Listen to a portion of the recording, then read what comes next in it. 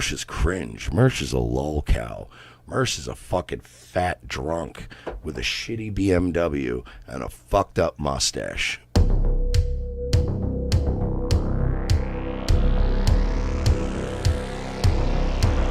Ding, ding, ding, ding, ding. Ding, ding, ding, ding, ding.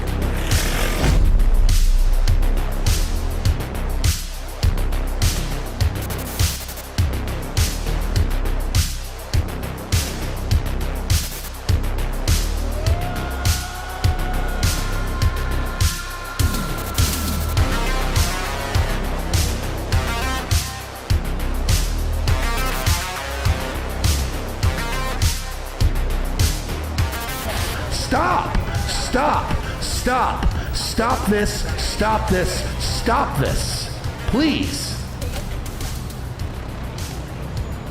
Holy shit.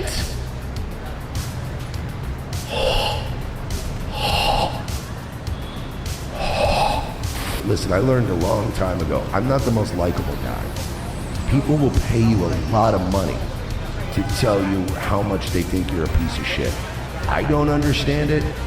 A lot of other people don't understand it, but you know, troll donos, you could make 10 grand a year just in that. I'm dealing with some shit right now. Let's just get that out of the way. I don't really want to get into the particulars right now. I will in due time.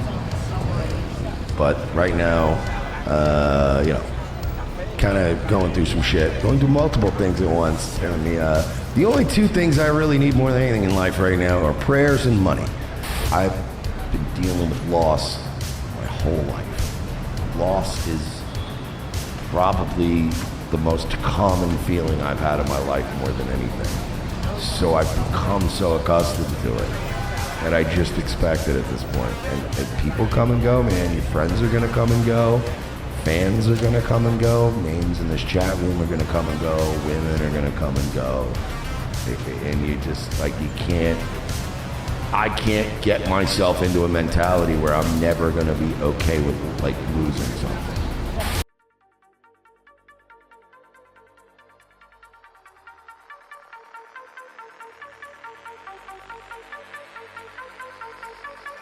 Always on the lookout for inventive new monetary streams, the heavy-set duo would come up with by far their best idea to date. Having witnessed the financial generosity from the likes of Zen Rhino and Troll Eater, they would quickly realise the only impediment to continued prosperity is the narrow 2-hour window of their show. 2 brand new shows in Daywave and Nightwave Radio would splinter from their flagship brand, thus ensuring a full day's uninterrupted flow of endless super chats. With Night Daddy Mersh taking the 10 PM evening slot, it would not only allow him to regurgitate the same exact talking points as seen on the previous 2 shows, but also give viewers a front row seat to his many personal misadventures. But ultimately, Nightwave Radio afforded Mersh a platform to stretch his legs and unwind. He could drink to excess, scream at his own chat, ban who he wanted, and finally dip his toes into the world of E-Dramatics. In many ways, this would birth a brand new Mersh. And having affirmed that I need to get tougher, I need to get my edge back, it was time to officially take his place as leader of the Terrorspergs. Giving this a whirl here, I am testing out all the different software, all the different encoders, all the different websites, preparing for a massed zuckening for whenever that day comes. So, as you guys know, Revenge of the Sis is off for a week. Royce enjoying some family time, some beach time. I feel like many of you don't even realize that in addition to Revenge of the Sis, I host a almost nightly talk, news, entertainment, and trolling shitposting show. And tonight I got these... Mike Cernovich has another really embarrassing video, so we're going to continue our war on the alt-light. Good afternoon, guys. I am doing this video real quickly for you, just to announce that tonight we are going to do one final episode of Nightwave. And then I am going to go off on a fucking tangent about Mike Cernovich, who I still hate with an undying, a burning passion. Boy, do I hate that man. All things considered, life as a minor e-celebrity was treating Mersh rather well. All 3 shows were going through something of a growth spurt, largely a result of their extensive exploration of Owen Benjamin's turpentine-soaked mind. And having ankle-bitten his way to the top of Big Bear's shit list, Mersh was able to peel away scores of embittered former bears in a search for a new internet guardian. But as the sort of person regularly engaged in backyard book burnings, Owen would only tolerate such insolence for so long. Unhappy with what he perceived as a continued and coordinated assault on his parents, his wife and even his child, Owen would resort to flagging episodes of Nightwave radio before calling Mersh's dead mother a whore. The initial response was one of restraint, with ROTC commanding their viewership not to retaliate under any circumstance. But behind the scenes, the approach would differ significantly. As a friend of the show at the time, I was handed an invitation to a hidden channel on the official Nightwave Radio Discord server, accessible only to a handful of trusted moderators. In this channel, Mersh would personally instruct those in his inner circle to use whatever means necessary to deplatform Owen Benjamin.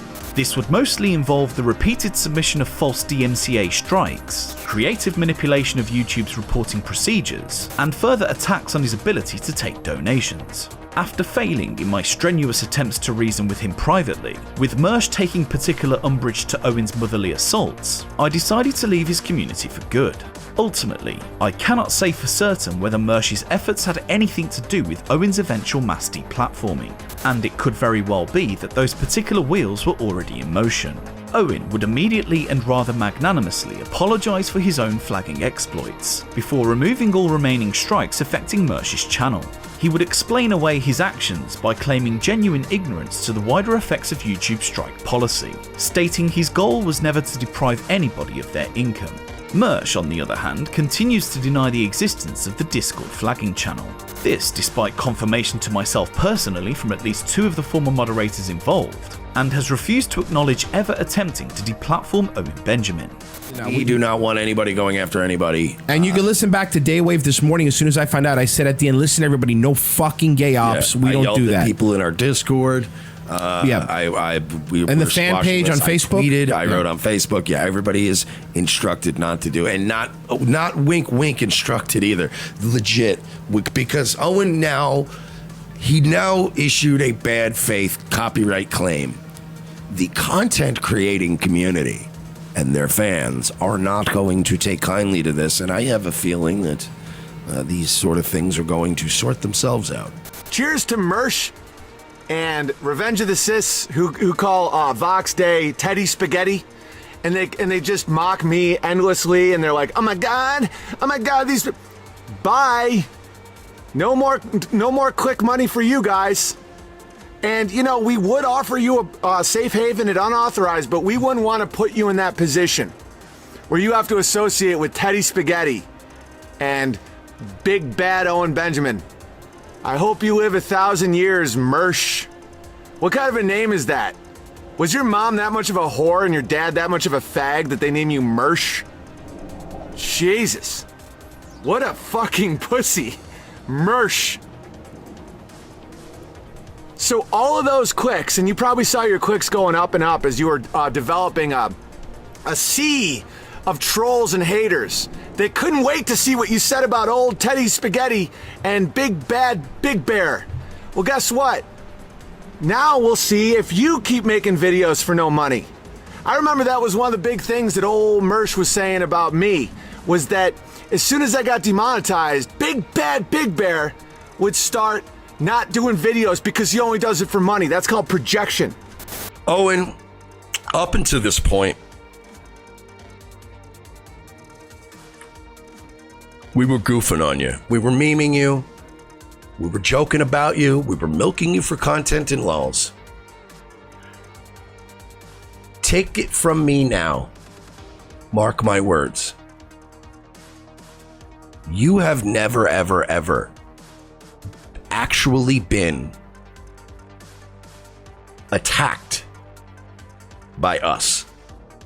As a matter of fact, our community has been under the strictest instructions not to engage in gay ops, not to flag people, not to attack people, not to get them deplatformed, and not to go after anybody in your peripheral. As of today, I'm lifting those restrictions.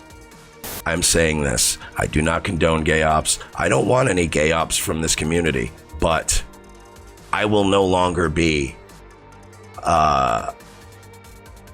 banning people from our community simply for fucking with your channel, fucking with unauthorized, doing whatever they have to do. I will ban you from this community if you do anything illegal. But I will not any longer chastise or discipline people who do things that may be unethical. Sorry, bud. So that's him saying, I'm not encouraging you, but if you do it, I'm not going to get mad about it. That bitterness, I'm telling you, man, that's the core of what this dude is. Mersh is, number one, when was the last time you heard from Owen Benjamin? He don't exist no more. All right, he's gone. Mersh actually succeeded. He deplatformed the man. The man is gone. No one really cares about Owen Benjamin. He's yesterday's news. Today's news is Owen Benjamin 2. His name is Mersh. He was always that guy, though. I bet you in his head when Roy said that, like, Mersh was like, yeah, don't do that. And then he's just like stewing in his brain the whole time. I bet you he was like distracted for the rest of the show. He's exactly the same objectively in every single way. And when I say objectively, I mean both literally objectively and Owen Benjamin used to say objectively about everything. And then Mersh immediately adopted that because he is a sponge for stupid. You know, I gave him like a few chances, but I heard that stuff before. I'm like, everyone fucks up, right? You know, everyone fucks up, you know. I'm sure you did the same thing where you're like, oh, you know, whatever. Hopefully he's learned his lesson. And he never fucking does. And at a certain point, you have to look at not only Royce, but the audience and go, do you guys even know what you're here for? Another content creator to find himself caught up in Mersh's wave of predatory love bombing would be former Madcast alumni Jesse PS of the Podawful show. And with Jesse at the time boasting both a larger subscriber base and a better looking set, he was well primed for round upon round of Nightwave Radio's unique brand of subversive promotion and exaggerated laughter. But the dynamic would quickly change following an invitation to a real-life meetup of drain-circling e-celebs. With the event streamed to a sputtering of demented pay pigs, a domineering Mersh would take his place at the head of the table, playing Mafia Don to the likes of Carl III and Cousin Joe. But it was felt the portly kingpin was beginning to interpret his own sense of importance a little too literally, resulting in an amused Jesse filming his protruding gunt, while spending the remainder of the evening sarcastically referring to him as Hollywood Mersh. And with Podawful dedicating increasing amounts of showtime following the event to mildly prodding Mersh's abdominal lumpy bits, it wasn't long before the latter was up to his few remaining tendrils in seething paranoia. And having witnessed Jesse practically steal his own fetid essence in a particularly amusing show titled Friday Nightwave Hangout Explosion, this following a protracted quarrel over a Dick Masterson appearance on Revenge of the Sis, Mersh had finally seen enough. Hollywood Mersh is in danger. Hollywood Mersh. It's just something about Hollywood Mersh. I don't know. They do want to know if you sit down to pee-pee. Whoa, Hollywood Mersh.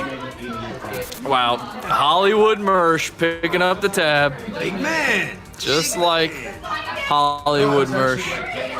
All right, we're waiting on Joe. Pretty much taller than everybody else here, as you can see. So.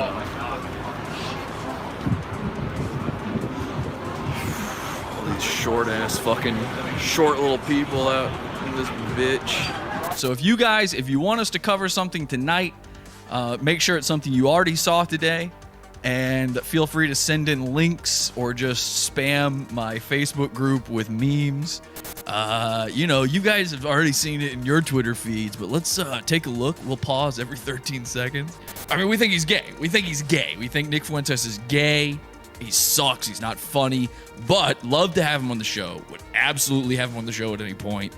Love to hear what he has to say, love his green screen background. We also, even though he's gay, we do appreciate what he's doing for the movement, you know? And fuck optics. Your fans that we were making fun of for being stupid fucking retards, they're our fans now, okay? So, we win.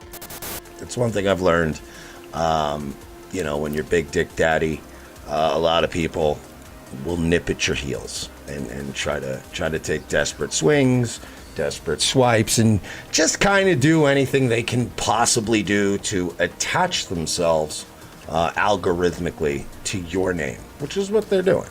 So I can understand what it's like being on the outside, looking at me, and then also having the added frustration of hating me for whatever fucking weird reason. And I know the fucking people that despise me will never admit that I fucking dominate a large amount of time and energy in their lives. This guy actually has been compiling every embarrassing attempt to make it by this guy ever. I mean, he was a sketch artist. He sketched horribly. He did art horribly. He did stand-up horribly. He's now failing at podcasting. He has wanted to be famous his entire life. This has been everything that's ever driven him. He's always wanted to be famous guy. He wasn't always an edgelord. He wasn't always a try-hard, bully the internet. He wasn't always that guy. But once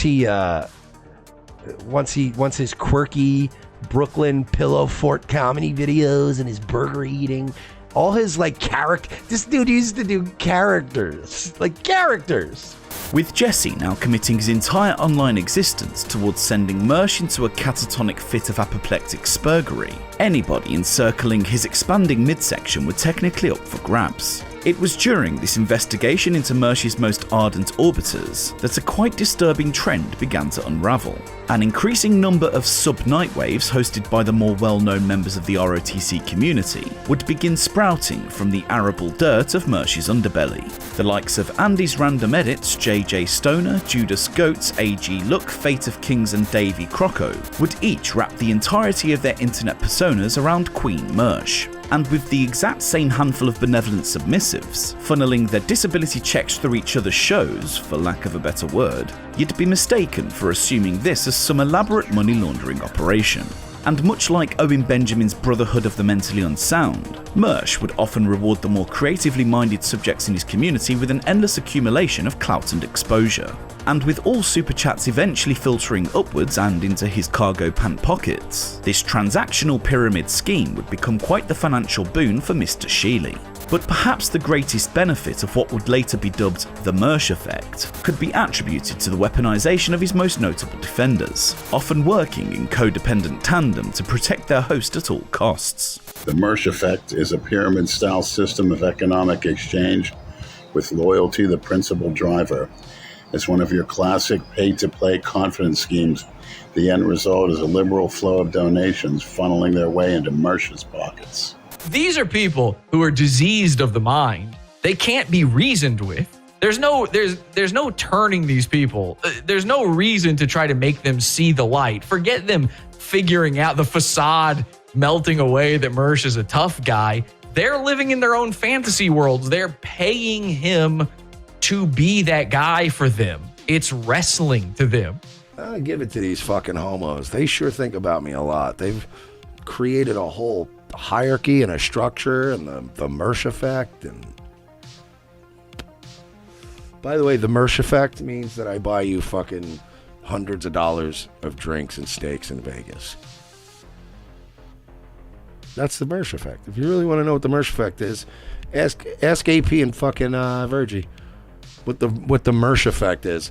The Mersh Effect is, hey, come to Vegas, and then we buy you a bunch of fucking booze and food, and everybody parties. So, what a terrible thing. The Mersh Effect is essentially money laundering for grifters. Mersh cares deeply about his image. By diluting donations to the likes of JJ Stoner and AJ Luck, he comes off squeaky clean and gets paid.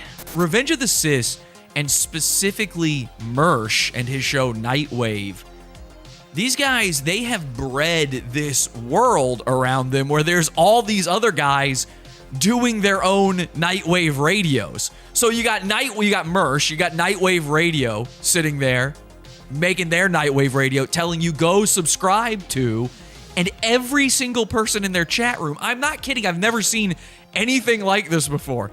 All of their listeners have their own shows that are basically Nightwave radio. You know, if you could figure out how to set up a Streamlabs and grift some donations out of some idiots on the internet, then you've got your own Nightwave ready to go. Leading up to in the next 2-3 weeks, I want to see some big donos for Virgie. Even if it comes out of my fucking take. Even if it comes, look, between you and me, and AP will be mad, but fuck him, even if it comes out of AP's take. You know? You were going to give me, 5 coffees this week? You were going to give AP 5 coffees this week? You don't usually give Virgie any coffees? Give me an AP 3 or 4 coffees this week and give the difference over to fucking, Mersh, if he's not shouting them out, giving them the 07 in the chat rooms, then the other people from the community, the other entrepreneurs, won't show up and then also send them money. It's this weird, I don't understand how the money works. It's this weird, the money's just constantly drifting. I have a lot of friends in this sphere that still respect me, and a lot of people who I've done favors for, that I've been good to, that I've never asked for anything in return, nor do I plan on living my entire life never asking for anything in return. But if I do reach out and I lean on some people to help me get back on my feet if I do fall, I will have many, many people lining up to do so. With Mersh continuously striving to tailor his socio-political outlook to maintaining his position slightly ahead of the dissenting curve, he would soon find himself ensconced in the distant outskirts of the alt-right. With this came a sudden unearned sense of ideological superiority, with Mersh viewing the likes of Tim Pool, Stephen Crowder and Gavin McInnes through a permanently affixed set of Semitic goggles. And despite having contributed nothing of note to the conversation across his limited career and conservative superficiality, that is aside from a chat wall of endlessly scrolling end towers, he would nevertheless dedicate large segments of his show to senselessly needling libertarians for such things as refusing to name the you-know-whos. And following an agitated outburst questioning the free speech credentials of political analyst Matt Christiansen, during which the pot-bellied couch surfer would assert that he simply cannot identify as a true defender of civil liberties until Mersh's own arbitrary purity test had been satisfied, Matt would immediately clap back, with Mersh contending that Matt had never defended the First Amendment rights of Andrew Anglin or Chris Cantwell. He would be met with a firm objection asserting the ridiculous nature to argue against me for what I haven't said. An attempt from Royce to once again wipe the feast-smeared anal crack of his co-host and have Matt Christiansen address 30 minutes of unprovoked criticism would result in one of Mersh's most entertaining self-owns since being humiliated on Twitter in his hilarious attempts to rekindle with Doug Stanhope. And after Matt Christiansen fans spent all week bombarding the ROTC socials with examples of him defending the exact same people propping up Mersh's entire argument, he would be further exposed for failing miserably to meet his own retarded standard. Matt would then point out the palpable hypocrisy of Mersh accusing him of gatekeeping a movement, only to then set a threshold of what constitutes a free speech advocate, resulting in a slew of baseless insults and extraneous distractions from this pair of orbicular speds. Such was Mersh's unfettered embarrassment in the face of who he described as a monotonous slow fag, that even his own chat would stumble over one another to laugh at Mersh's total and utter humiliation. Hey Matt, I know you and your little beanie-wearing, skateboarding Hapa friend, Tim Pool, and all your other little gatekeeper faggot-ass friends like Ford Fisher. I know, right, that you're not used to them enforcing the rules for you guys. I know. You guys just coast to the front of the line. But this is why you should have fucking stood up for everybody, and you should have been defending everyone's right to free speech. Not the Matt Christiansens and the Tim Pools and the Ford Fishers of the world, but the fucking Anglins and the Cantwells and the Spencers and all those other people who, by the way, I can't stand either. Well, people are saying Matt has consistently defended everyone's free speech. Matt has defended those people's. No, he hasn't. No, he hasn't. No, he hasn't. No, he hasn't. No, he hasn't. No, he hasn't. No, he hasn't. No, he hasn't. Go right now, since you're the one counter signaling. You go find me the clip of Matt Christiansen defending Christopher Cantwell or Andrew Anglin. You go get it then. Since you're the one asserting that this exists, you go find it, because it never fucking happened. Stop it. Just because he says, I defend free speech, I want a clip of him defending one of the 3 people I named specifically.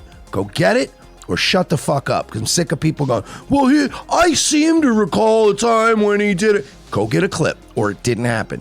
This man has never defended free speech unless it's for his gatekeeping pals. So you've watched my stuff, but you've never seen me defend free speech. No, I never said you Nobody didn't said defend that. That is a quote from Monday. But I've never. This man has never defended free speech. That was the claim. In the context that you've never done it in any context where there's any penalties or any. You've been linked anything to dozens of clips on Twitter and in the comments of your own stream. What? What are you talking about?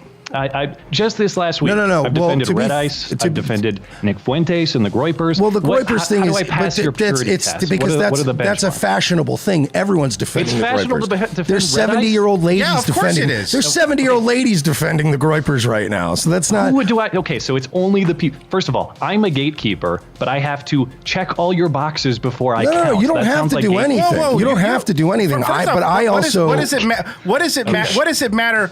What does it matter what we think? I'm just out of curiosity because you're worried about our boxes me of being checked, unprincipled. Meanwhile, you totally lack principle. Okay, how do we lack principle?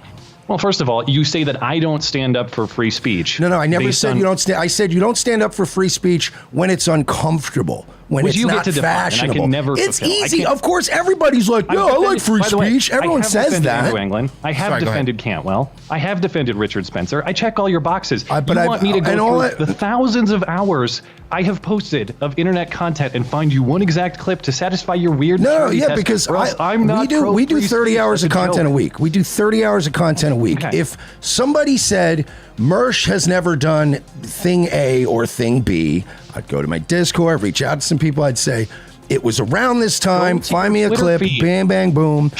You waited until today, right? Until we were going. 2 days ago. No. But I didn't start getting tagged in tweets until today, right? We had an hour until the show time, and I start getting entire 2-hour episodes sent to me with no timestamps going, I did this one time. When was the last time you had a risky guest on? 50 people I've defended from deplatforming or attempted deplatforming. And if you guys can't check every box of everyone I've defended, you're not a free speech warrior like me. You're not sufficiently fair. You want to do this? Hold on.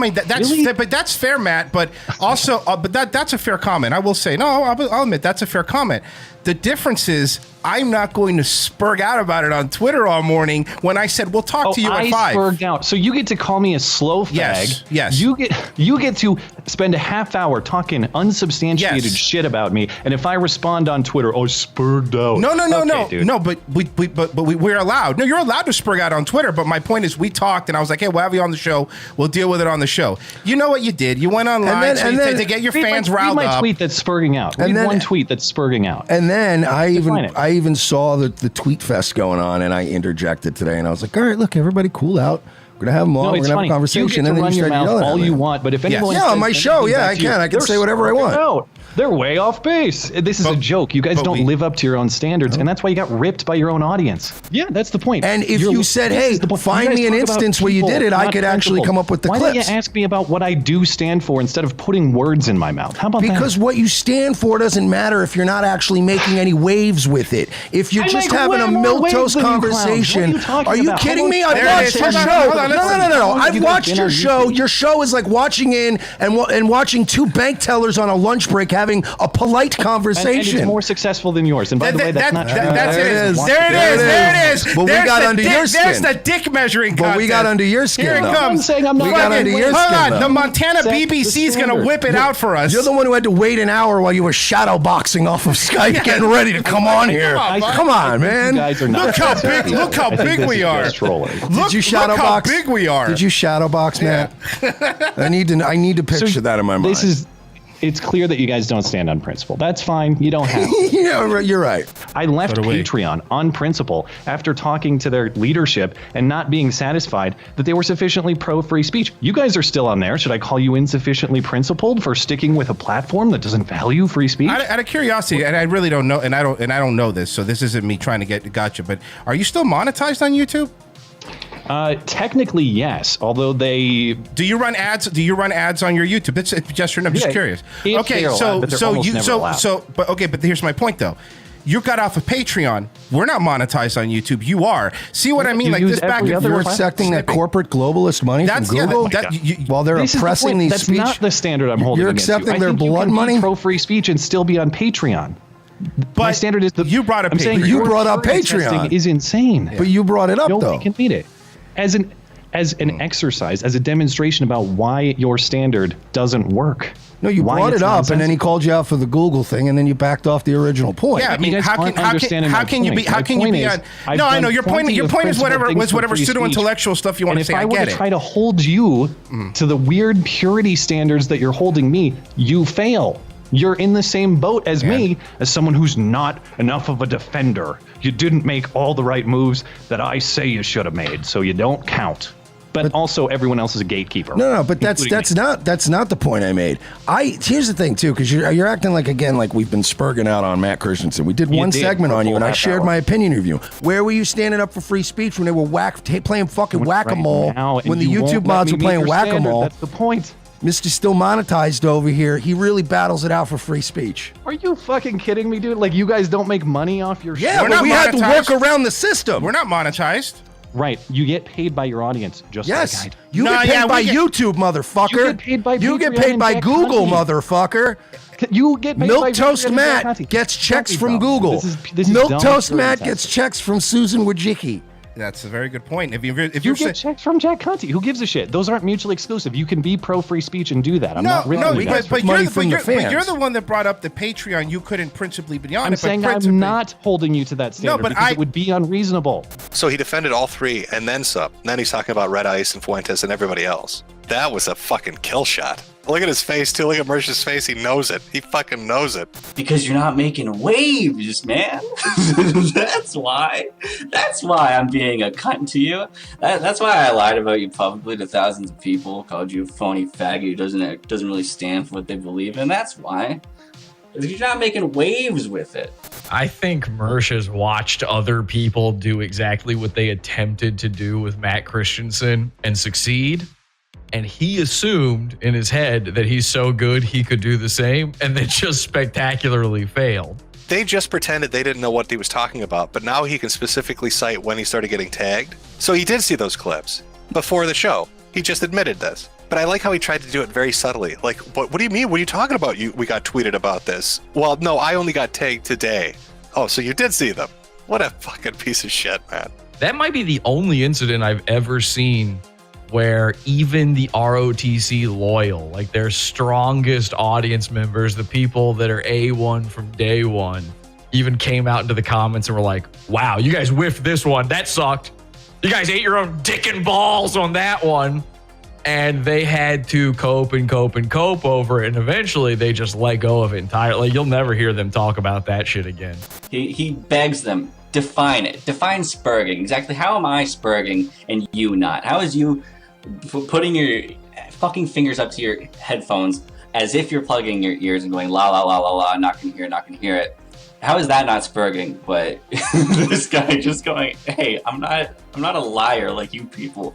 That's spurging out. I just don't get it. I don't understand why Mersh picked this fight. I guess seems really fucking weird to me. He was wrong on everything on it. He's saying, oh, your show isn't making enough waves, and his response is, it's way more successful. It is making waves. So what are they getting upset about? This was a terrible showing for them. They're giant killers, right? That's their branding. They're giant killers.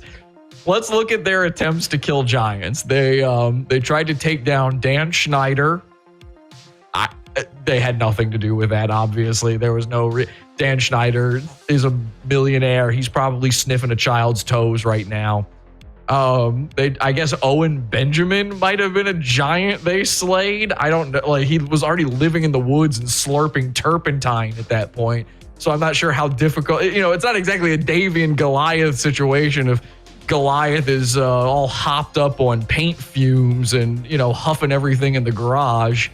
And then the third one is Matt Christiansen, and they failed. They just outright failed. A running, or rather waddling, theme spanning the breadth of Mersh's bottomless lore would be his propensity to rifle through the pockets of his subscribers. Whether in the form of shilling for the likes of Weeble and Brave, or selling Joe Biden shirts plastered with Groyper slogans, Mersh would nonetheless be spending his time rolling in donations while you fools work menial jobs. I can't get that comment out of my head, especially after he got all up on Matt Christiansen's ass about, oh, you think you're a big shot now. And then he's talking to his audience like, pay me money, you fucking toilet scrubber. Working your menial jobs. Look at me, I'm a success. Go wash a toilet, you're beneath me. Holy shit, dude. But by far the most interesting element to his method of cyber panhandling is in its evolution. What would start as a highly conspicuous and continuous promotion of his own PayPal link, usually in efforts of upgrading the studio with equipment he would sporadically dangle slightly ahead of his pay pig snouts, would quickly become a far more subtle and suggestive form of what has come to be known as grinting. The perfect grint exists in that sweet spot of encouraging donations without raising questions. Grinting truly is a fine art, and one that requires a delicate balance of psychological manipulation and absolute shamelessness to pull off. Whether it's for whatever reason informing his followers of an unexpected veterinary bill, or sharing the exact amount in automotive repair fees to social media completely unprompted, the end result is always the same: a bumper night of expense-related donations. An influx of sycophantic super chats commenting such things as "Tell the Beamer I said feel better" and "Money for Aidsy McAids the AIDS cat and his AIDS bills" would each find their way into Mersh's Goalwave Fund, shown on screen as a bright green bar boasting an ambitious daily target. Grinting or grift hinting is the process of begging for money through emotional seed planting. It usually comes in the form of an unexpected expense or a sudden personal crisis, and almost always results in an abundance of sympathy donations. But even the fine art of grift hinting wasn't a completely foolproof endeavour, with an attempt to broadcast an expensive accounting error seemingly resulting in the adverse of Mersh's desired effect. He would post to Twitter with absolutely no supportive context whatsoever that "I overdrafted my checking account post-Vegas. I paid $750 instead of $75. On the plus side, at least the balance of that card is now $29. This resulted in the entire thread speculating on the financial motivation behind yet another attempted grint, with one comment asking, "Why does this need to be public information?" replied to with, "So he can use it to beg. Motherfucker is the DSP of podcasters." Some would raise the question of why such a trivial amount would affect a man, according to his own totally not exaggerated admission, earning $20,000 a month, whilst others would amusingly ponder, how long till you open a GoFundMe? What was once an almost Pavlovian display of key jingling manipulation was now exposed as some sort of psychological fiscal ruse. A profiteering exercise of cognitive seed planting designed to encourage the continued generosity of Arnold Nicotina and Fat Keckboy. With that in mind, it was now time for Mersh to resort to the good old-fashioned tried and tested, the simple and unapologetic devotion to barefaced scroungery. So if you guys want to, I don't know, help me make a few bucks, so why don't we kick in a couple $3 for your boy before we go over to Virgie. And then we can give that fucking hyena the scraps. What do you say, kids? Please, just don't make me go back to the clubs. And don't ever make me be in a position where I gotta go stay at an ex-girlfriend's house or something. and hear her like fucking her new boyfriend through the walls and shit. You know what I mean? Like, please don't let me get in that position ever again. Did he just take out a giant glass bottle of high-end liquor as he tells the people working menial jobs to pay him on his fucking live stream? Why doesn't he dress up as a Monopoly man and just flip them off with a PayPal link on the screen?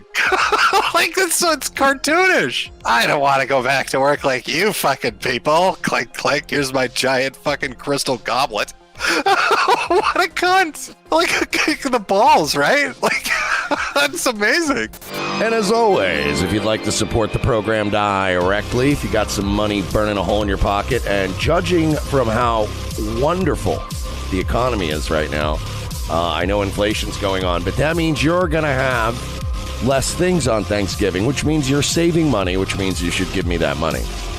It's been a slow week for me. So if you've been like, yeah, I don't know if I feel like donating, maybe I will. Tonight's the night, kids, if you want to donate, because I made fuck all. I took Monday off because it was Memorial Day. I made fuck all on Tuesday. I made fuck all on Wednesday. And then last night I took off. It's actually working out great. I'm remonetized on YouTube. I make thousands of dollars a month. I have an entire 2-bedroom apartment all to myself. I drive a BMW. It's a little older, but it's a nice car. Very nice car. Very great drive. I have clout now. I go places. People buy T-shirts with my face on them. We meet fans. Fans enjoy meeting me. They buy me drinks. They show up. They buy tickets to shows. They donate via Super Chat. Honestly, Chattington, it's working out fucking great for like. I don't get this, right? Is he being sarcastic? He's claiming, like, I know his claim is bullshit. Everybody does, but he claimed he made $20,000 a month. His merchandise probably brings in money, right? And then PayPal and coffee and all that shit. And he's got an Amazon wish list. It's like a really badly written villain. I love it. It's great. With Mersh having officially made it, at least according to his own pitifully low threshold for success, he was now on the lookout for a symbol of his recent upward financial mobility. And having spent his whole life until now opening his wallet to the dusty flutter of Mothwing, it was time to show the naysaying world just how wrong they were about Mike Shealy. However, with his capacity to drain the coffers of his subscribership, in a state not too dissimilar to his ability to extend his forearms, both limited by his relatively meagre reach, a 2008 BMW 5 Series clocking 130,000 miles would, at least for now, have to suffice. And as a brand of vehicle notoriously expensive to maintain, even his Baphometic co-host would be left asking what the fuck he's doing. Eventually, the inevitability of bad decision-making would take hold, with Mersh paying little over $4,000 for an overcompensating lemon. But as somebody now rocking a Beamer dude, he would find a way to uncoil his withered claw and, in the face of an objectively clear sunk cost fallacy, cling on for dear life to those last few remnants of misguided cope. This was essentially a decision that, much like the defective engine sitting under the hood of Mersh's latest money pit, would swiftly misfire. Not only was he immediately saddled with the sizable cost of replacing all 4 tyres, he has since experienced such issues as a cracked coolant reservoir, bad ignition coils, a tyre leak, a faulty window button, a broken sunroof, a badly wired headlight assembly, and an unexplained blinking of his check engine light. Such was the extent of his vehicular troubles that he would stream an impromptu Nightwave pledge drive, simply to meet an invoice he'd describe as an amount of money I'm not comfortable talking about. During the stream, a severely intoxicated Mersh would attempt to in before any potential A-logs by acknowledging the poverty-stricken temerity of his own dishevelled cash grab, seemingly under the delusion that what looks like candid admittance somehow justifies his position as a slovenly drunk rattling his tin can. And with the Podawful cult leaving a 1-star review to Mersh's mechanic from a fake Zen Rhino account, leading to a particularly amusing slew of tweets calling out one of the Mersh Effect's longest serving capos, his purchasing of a used BMW 5 Series has to be one of the greatest gifts to his detractors yet. So I've decided, I know everybody keeps telling me not to, I don't care, I don't listen to people very well, I'm going to look at the BMW tomorrow. I'm going full yuppie, Royce. What are you doing? The only problem I see with those cars is how expensive German cars are to repair. Absolutely. Like, I had an Audi, for example, and that thing was a fucking bitch. Like every time a part broke, it was like $1,000 just to repair it. I hear what you're saying, but hear me out on this. What if you just don't break the car? Look at the fucking despair on Royce's face. He fucking knows this man can't manage his money. And look at that. He's never going to leave my house. That's that fucking look on his face. He said he's getting an apartment. Now he's buying a BMW. Mersh, you were telling me you're getting the fuck out of here. It's been 10 years, Mersh. Get off my couch. So he was just looking at that BMW logo and going, man, that is going to look so good in my pictures of steak and pasta. And that is a real photo he took with his old phone. Do you know, again, I'm buried in this stuff. He can't afford a new cell phone right now. He's posted this online. Imagine this. To me, cell phones are free. But I guess when a cell phone is a quarter of the cost of your car, that's a hard upgrade. Do you know why I enjoy my drive there? Because I'm rocking a fucking Beamer, dude. I look good driving it. Stereo's great. Sunroof, leather. I drive a nicer car. Go back to your menial job, toilet scrubber.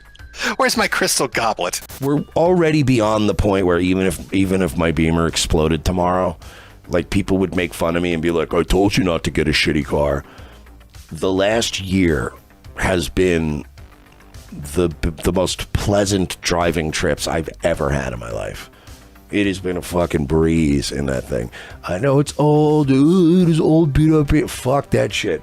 If it blew up tomorrow, I'd just get another used car and I'd be like, you know what? That baby was fun. That was a fun car, dude. Don't you think a person would think, okay, what do I know about a BMW? Really expensive car. Well, what do I know about this BMW? They're going to sell it to me for $4,000. There's something maybe wrong here. Like, what the fuck are you doing? I think he was thinking, I get to show the BMW keys in all my selfies. Mersh is a giant baby. He's basically like a fat Gundam being piloted by a baby. So we did some investigating. It turns out it is a 2008 528i with 130,000 miles on it. This is no joke. We looked this up. These things are going for $4,000 to $5,000. Anyone could buy these. It's a little bit more than the nicest MacBook Pro. Think about that. Anyone could buy these. He discussed wanting to buy this for about a year. He made the move and he's been flexing on people. Nothing about this guy has bothered me.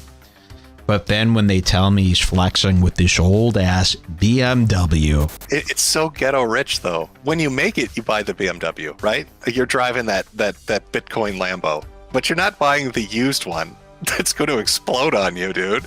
I'd say it's the equivalent of you're morbidly obese, like 500 pounds, and you just started your diet and you've lost 2 pounds and you decide that's when you're going to buy a new wardrobe.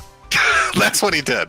My buddy Eric, who was helping us, mostly Royce's friend, but he's my friend too, Eric, was helping me out with the bulbs. And he goes, I got some bad news, bro. Whoever had this car decided to jerry-rig these headlights so that they are LED instead of the regular halogen. But rather than just buy LED headlights like a not poor person, this person decided to splice wires and put a conversion kit in, and it was a whole thing. So we had to jerry-rig it back to being a regular halogen bulb. Pop the sunroof closed, go to roll up the windows. Windows don't roll up. Well, that's strange. I'm like, well, that sucks, whatever. So I run into the liquor store, run out, I get home. I've spent the entire night since dinner sitting in the driveway, trying to fix this window. I got all the other windows to go up using their corresponding window buttons. But my driver's side control module, it seems, is taking a shit. It's not a fuse, because this is why I bought the fuse box. This is why I bought an a voltage tester, because that's a quick fix, Pop in, doom. Switched out the fuse, even though it didn't seem to be at fault. Still switched out the fuse. Nada. You guys know I got a car. My car had to go to the mechanic. There were some things I knew were wrong with my car. There were some things I didn't know were wrong with my car. Bottom line. So here I am doing extra show, doing my Wednesday shows. Mersh is doing Wednesday shows because of that. So whatever, we're hanging out. But I know there are some people out there that it just it bothers them. I'm not even gonna lie. I'm not going to be one of these guys that tries to pretend like, oh, he's going to pretend like he's doing more shows, but he really is just money. Like, no, I'll be the first one to say it. Like, yeah, my car's being repaired. I need extra money. Everyone needs extra money right now. I'm doing my show, doing a Wednesday show.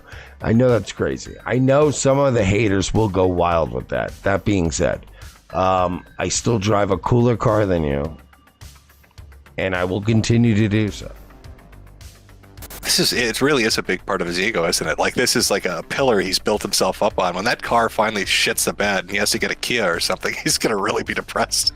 I brought up the BMW as like just a passing joke when I was making fun of him about the you're on a list thing. And his response was, the trolls are just exaggerating. That's not a big deal. But I've watched now, 10 clips of him talking about every piece of this fucking car falling apart and him needing to replace it? It's like everything. It's the fucking tire pressure, computer system, the fucking halogen lights. The windows don't work. The spark plugs are fucked. The belt's not doing what it needs to do. He paid $4,500 for the Beamer, and we know he's been to the shop with it at least 10 times since then. So the amount of money that must have gone into this thing, and he's claiming now that just to drive to Orlando and back, it's costing him $50 in gas. So I don't know what this thing is. It run on diesel? I don't know what he's doing with this vehicle, but I do know that he will drive that thing until there's nothing. It's going to be the Beamer of Theseus. He will have replaced every single part of it to the point where it may no longer even be the same Beamer. He was bitching he had to cancel his show. You said, I had to pay hundreds of dollars to replace all 4 tires. Hundreds? What should it cost? $50? Should it be $1? I couldn't believe this. So he had to pay, I thought he was going to say thousands. He bought used tires from a Mexican shop, and $200 put this guy behind. He's out. After more than a decade of parasitic spongery at the Lopez household, Mersh's poo-fingered hand would at long last be forced, with Royce boldly going where no Cuban has gone before, having been caught fat-handed orbiting the female contingent of his community using Star Trek references as a lubricant. Marital life at home was becoming increasingly complicated by the day. You know what it is? I'll tell you what it is. I think it's just I'm a Star Trek nerd, and like in my mind, even bad Star Trek is still Star Trek. You know what I mean? I think we're dying out. I gotta be honest with you. I think there's not many legit Star Trek fans anymore. I don't come across many. It's not very often that I come across someone that likes Star Trek. It's okay that I'm calling you, right? Like with your wife or whatever. Yeah. Look, I'm absolutely 100% fine. I promise you. Nothing to worry about and nothing to be embarrassed about, seriously. I mean, I appreciate that you worry, but you're fine, I promise you. I definitely would not have sent those pictures if I would have known otherwise. Good morning, and welcome to Daywave. Make any cringy calls lately? Huh? Make any embarrassing, do any embarrassing things recently? Oh boy. Gotta own it, right? Gotta own it. I make fun of people all the time, right? And sometimes you get made fun of, and when it's deserved, it's deserved. And what are you gonna do? You know? What are you gonna do? With the incident a potential jeopardy to years of fetishized feederism, Royce was left with no choice but to insist on his co-host's significantly belated eviction. Fortunately, Mersh was able to somehow qualify for Section 8 housing, eventually settling on a rundown 2-bedroom apartment at Lakeland's Jasmine Homes. And despite his new accommodation located in a high crime area according to security firm ADT, it was a significant upgrade on his years of abject homelessness. This despite Polk County's poverty rate of well above the national average. With the substantial assistance of his many recently acquired credit cards, many of which he's still making minimum payments on as we speak, Mersh would begin to conceptualize every facet of his ideal Polly Pocket home. Not only would the move allow him to endlessly chain smoke inside, he was also able to dedicate an entire corner of his government-assisted residence to a brand new broadcasting setup. And with a $40 Behringer Xenix mixer, a $50 Marantz condenser microphone, and a $10 extendable arm, it seems that 4 years of shameless studio crowdfunding was beginning to bear fruit. But it was the addition of an incredibly large bezeled relic of a television hanging perilously on his wall, a sympathetic parting gift from his sebaceous bunkmate, that would trigger the majority of amusement amongst his expanding group of online adversaries. Much like with the acquisition of a 12-year-old BMW, this minor improvement in Mersh's quality of life would see him repeatedly flex on his perceived haters, evidently under the impression that independent living at the age of 39 years old was something to celebrate. I'm gonna mount the TV up here, which will be dope. And then down here, around there along the wall, right? I'm trying to think, should I get a cabinet? Like a bookshelf type situation? Or, hear me out on this. What do you guys think about a mini bar? How about a mini bar? I was thinking about that. I was thinking about having a bar in the studio. He's nervously lighting up for the first time in his starter apartment. I wouldn't live here if I were homeless. You understand that, Mersh? I wouldn't live in your $650 living situation if I didn't have anywhere to go. If they said it's either the homeless shelter or this apartment, I said, please, take me to hell. Take me to the shelter. Remember, this ain't about Mersh. This is about a low-level apartment situation. If you live in a low-level apartment, that's fine. You're 20. You're 2. This guy's 40 years old. He's trying to be a big shot, hot shot broadcaster, right? It is what it is. We're getting there. I got the mic arm finally. Oh God, this is a fucking right here. This is a game changer. I'm almost done with the soundproofing. I don't have to soundproof a whole room. I'm just doing the section I sit in. That's almost done. Mic arm, the light. I forgot to bring the light over. I know I'm an idiot. You know, and we were disgusted to see Mersh ran out and he bought a $58 microphone. He bought an $88 mixer for this new space. We couldn't believe how low rent this was. Let's see what we got here. He bought a mini kids mixer, $88, Behringer, not a board. He bought a new mic, $58. For those of you who don't know, the industry standard mic here around $400 or $500. This Shure SM58. This is what everyone uses. This is what they've been using in radio stations for the last 40 years. Mersh said, nope, there's got to be a cheaper option. And he bought a $58 condenser mic. I mean, really, that's like a kid's microphone. It's one level above toy. I don't know if you guys can see. You can probably barely see it poking up behind me. I do have a monitor. Well, it's really a TV, but it's a TV / monitor that I'm going to mount to the wall here. But I got to be real careful how I do this, and I got to make sure I find the studs, and I got to make sure I do this correctly because it's a big, heavy boy. It's a very big. It's not a brand new TV, like it's an older one. Royce gave him this TV. It wasn't good enough to be in this man's starter home. You know, Royce lives in a place that's $850 a month. And this TV was bringing down the property value, the curb appeal. And he gave it, oh man, wow, that's the big TV. I'll take. To Mersh, this is a big TV. Isn't that funny? This guy takes TVs that I would shoot with a pellet gun so that the Mexicans can't take them. He has these in his studio. Imagine if in my studio I had a TV like this, so people are writing into him. What's the size of your TV? They're not asking that because they're impressed by it, by the way. The worst of my life is behind me.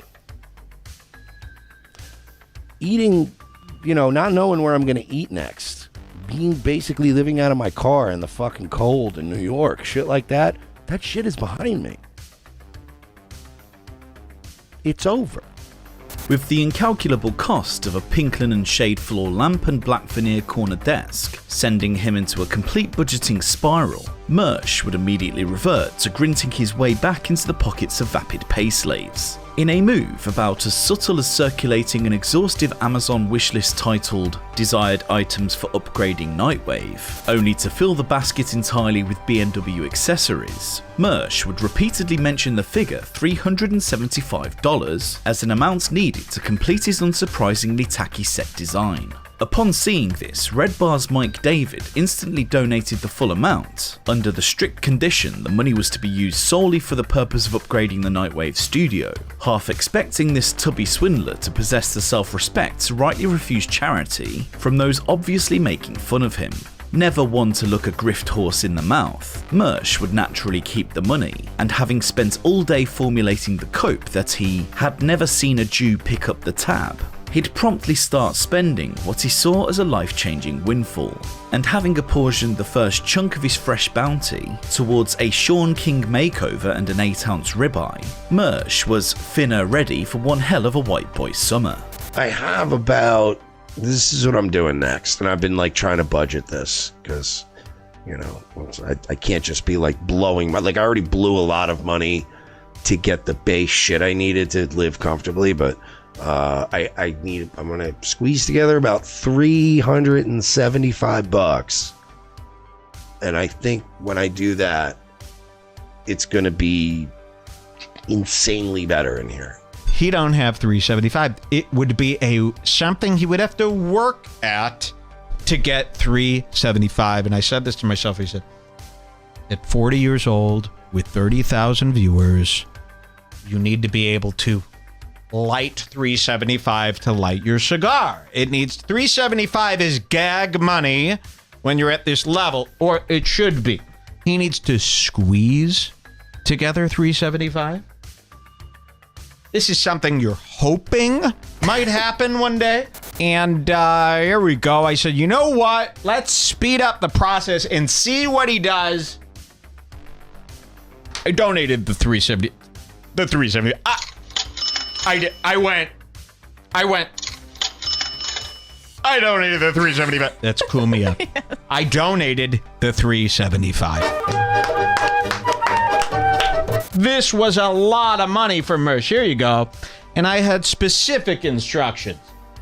I said Nightwave Radio, $375. And here's the message. To make your studio insanely better. Yes. It's for the studio only. So I guess Red Bar was watching clips of the show last night and heard me saying I had money budgeted out. So I guess Red Bar did donate $375 to Nightwave as part of some bit. I don't know. That's why all the people were in the ROTC chat. So I'm sure they'll come out here tonight. Oh, $375, and they'll do their whole thing, and that's fine. But yeah, so thanks, I guess. I don't get the bit, but I'm gonna keep the money. By the way, Mike, I don't know if you know this. I ain't fucking Josh Denny, and I'm not Patrick Melton. I'm keeping your fucking Jew gold. So that's no refunds, motherfucker. If you see from the spurging in the chat about the 375, my point is being proven, which is that it didn't hurt me much to just take Mike David's money, because it's not like his retard spurgs don't come in here and fuck with me anyway. So I've gained and lost nothing. But I did keep Mike David's money. But you can see from the spurging he's instructing his audience to send my way, it's eating away at him. But yeah, he don't. I guess he thought I was begging for money last night, because I pointed out that I had like legit $375 budgeted to do some stuff in this room. So he donated $375. Of course, I'm keeping it. A couple reasons. For one, in my 37 years on this planet, I can't remember the last time I saw a Jew pick up the tab for anything, frankly. So as a matter of principle, I'm keeping it, for one. And then number two, sort of just keeping it as like Jew reparations for having grown up in New York and having to deal with a lot of people with Old Testament type last names. I've earned it. I might fire my accountant if this guy can make $375 stretch like this. Maybe I'll hire Mersh because I could just be living on $375 all year. I mean, come on, I'd save a lot of money. This is an undoctored photo that he posted himself. Mersh says, "Fresh cut. Haven't had my hair cut in months. I always forgot what a nice feeling it is." First of all, this should not be a nice feeling. Like, he didn't even go out and he's like, oh, maybe I'll get myself a new iPad with this money to waste Mike's money. No, he had to use it on his everyday essentials. His everyday essentials. I could finally get those groceries I've been thinking about. Look at this fucking guy. And believe me, he got his eyebrows done up too. A lot of people going, remove the glasses. I must see the eyebrow. That's shaped. You don't think he got those threaded? He's doing it all! In an incredibly petty attempt to literally one-up Mike David, Podawful's Jesse would subsequently contribute $376 to Mersh's Streamlabs account, a donation platform where text-to-speech comments and media clips are played live, requesting an insulting video be shown in exchange for his payment, with Mersh refusing to give the media airtime. Desperate to snatch the narrowest of victories from his personal Voldemort, Jesse was left with no choice but to file a dispute with his bank after his initial efforts with PayPal were denied. An extremely passive-aggressive and drawn-out affair eventually saw Jesse's donation overturned, and with Mersh refunding an additional $5 in a confusing attempt to placate the payment processor, the long-haired one somehow emerged from this bizarre exchange with an operating profit. But despite Jesse having shown receipts detailing PayPal's reversal live on his show, Mersh would continue to peddle the provable lie that he had somehow taken Jesse's money against his will. Clearly a frantic effort to score an optical W in the face of unyielding mockery. As it stands, Mersh, despite bursting into random fits of deranged grandstanding, has yet to show any evidence whatsoever that he was ultimately able to keep Jesse's $376. I'm sitting there, I'm staring at that top donor, Red Bar Radio, and I'm going, wow, Red Bar is going to be the one advertised on this show when he just got to the making fun of Mersh party? I don't think so. You want to out-Jew them all, Jesse? And so I thought it would be very funny to send him, under the name Podawful.pizza, a $376 donation just to one-up Red Bar. And so I did it. So Podawful.pizza, and all I said, and there you can see $376, all I said was top donor. But I attached media to this super chat. Jesse from Podawful, of course, last week donated, and of course I knew this was not going to be, I knew there was going to be some kind of angle because it's fucking Podawful and he's full of shit and everything he does. So of course Jesse from Podawful was like, I'm going to donate $376, bro. I'm going to donate $376, dude, because I don't have any of my own ideas. I just do whatever Mike David did last week. So he donated that to try to be like, I'm going to make it about me. Just to let you guys know, of course, and I told you guys last week, he immediately, before the show was even over, ran to PayPal and filed a dispute and was like, you didn't play my media or whatever. And so after the show, I go, well, he didn't even accept the first two donations for $10. He didn't play the media on the third one. I'm charging all of these back on PayPal. I'm going to out-Jew Mike David, and I'm going to out-Jew Mersh. Today I got an email.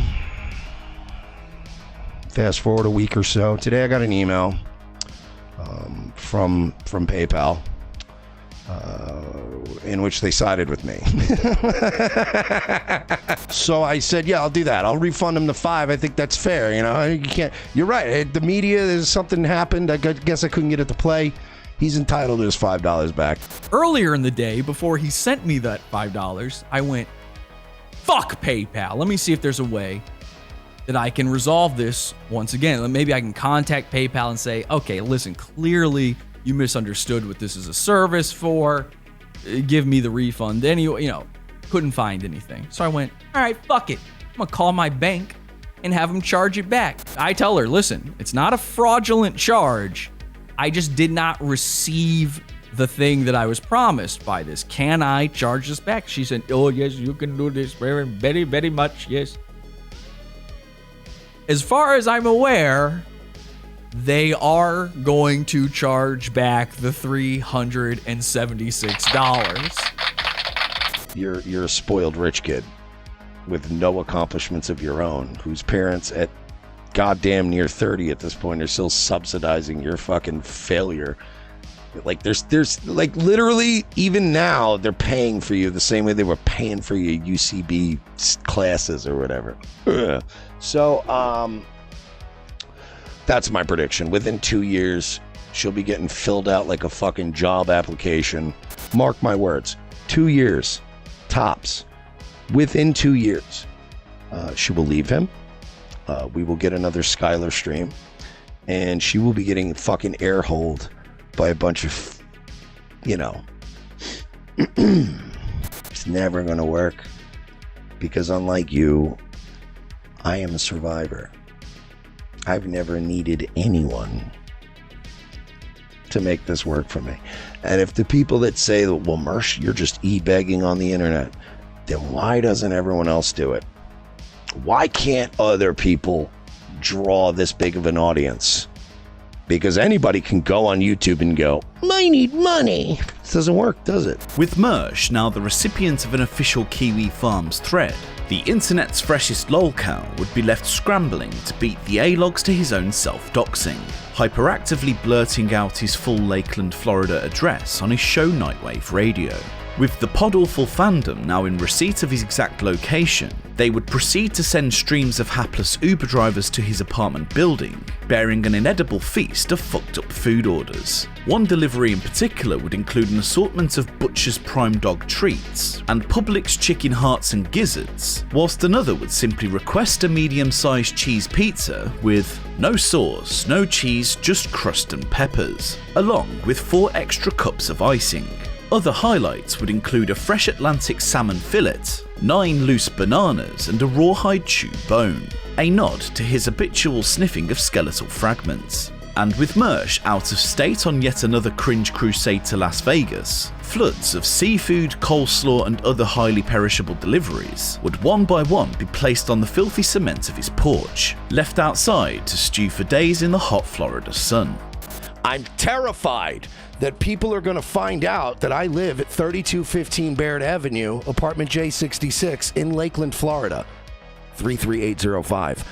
What am I going to do if people find out that I live at 3215 Baird Avenue, apartment J66 in Lakeland, Florida, 33805? Oh God, what am I going to do? What am I going to do? Yeah, a bunch of people are sending food to my house. I don't know what the joke is, other than you just spent money on food I'm going to throw in the garbage. Which, by the way, that's the most heartbreaking part of this, is that at this hour, I can't find anybody who's going to eat this food, and I'm going to throw it out. That's the saddest part. 2 pizzas, Domino breadsticks, a Papa John's pizza, and 2 bags from McDonald's of food that I'm gonna be like. Honestly, it's a shitty prank because I'm just gonna throw it out because I can't eat any of it because I've been watching my food, and it's just unfortunate. I really now I gotta find somewhere I can't let this food go to waste. I was about to cave, and I was about to eat the food, and I was like, well, I gotta go get a beer. So I went to the beer and I grabbed the food and looked at the receipts, and it's all like where they remove items that are like necessary for it to be a complete item, but then add extra bullshit like sauces and like it's like all fucked up crazy orders on purpose. So thank you, because I almost got tempted and I was almost eating a bunch of fast food and shit that would have been fucking bad for my. So I'm glad that you actually fucked up in the execution, because I'm not going to eat any of this shit now. And I'm also grateful because now I don't feel like, now I could just literally dump this all in the dumpsters, and like the fucking possums and the raccoons are going to have literally a full holiday this weekend, and they're going to be so happy. I could tell you this.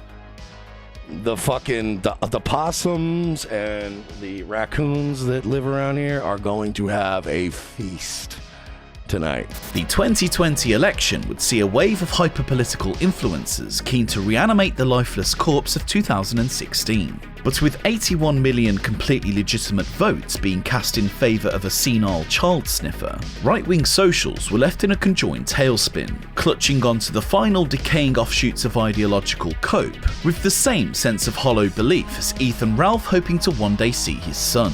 And with Mersh having been sent into a perpetual purity spiral in efforts at plucking only the ripest of ethno-superberries, he'd proceed to throw the exact same MAGA movement he had spent years siphoning from out the window. But with Royce still embroiled in boomeric plan trusting, it wasn't long before the two titans of dissident media were at complete loggerheads. An argument over whether Donald Trump had either lost his base or was the victim of election fraud quickly descended into one of the most glaring displays of attempted gaslighting since the mostly peaceful riots of George Floyd. Mersh would unleash a veritable bombardment of temperamental femininity, accusing Royce of being pissy with me this entire show, before continuing his manic outburst with a volley of emotional volatility, screaming, "You're still fucking yelling, stop yelling, you're being unhinged today." This fiercely entertaining altercation would showcase Mersh at his womanly worst, as the wafer-thin veneer of adrenaline control was peeled away in seconds for all to see. I think the reason he lost is because they literally cheated. They also cheated, which is why if they didn't cheat, come out. If they didn't cheat and he won today, you wouldn't be saying that. They always cheat, though. Yes, white men were made to feel bad. 31 million white men voted for him in 2016. 18 million voted for him this time. He fucking didn't energize his base. I'm sorry, where did you get the 31 million, 18 million thing? Because I would love to read It's that. a graph that's been going around. But can I see it, please? Because I would love to see that, because that sounds preposterous that 19 million less white men voted for Trump. That doesn't make any sense. Are they arguing about who's a cheater and who's not? I think that they're arguing about the election. Yeah, obviously. I know, but what is the context of the argument? Who's a cheater? Who's not a cheater? I feel like he might be kind of like, well, Trump cheats and lies. And Mersh is like, oh, shut the fuck up, man. Keep Trump's lies alive, right? I'm honestly. All right. No. But you've been yelling at me like all day, and you've cut me off. So like you're being pissy with me today, and I don't know why. I understand this sucks. This election sucks. I'm asking you to show me the numbers. Can I see them? You've been being pissy at me this entire show.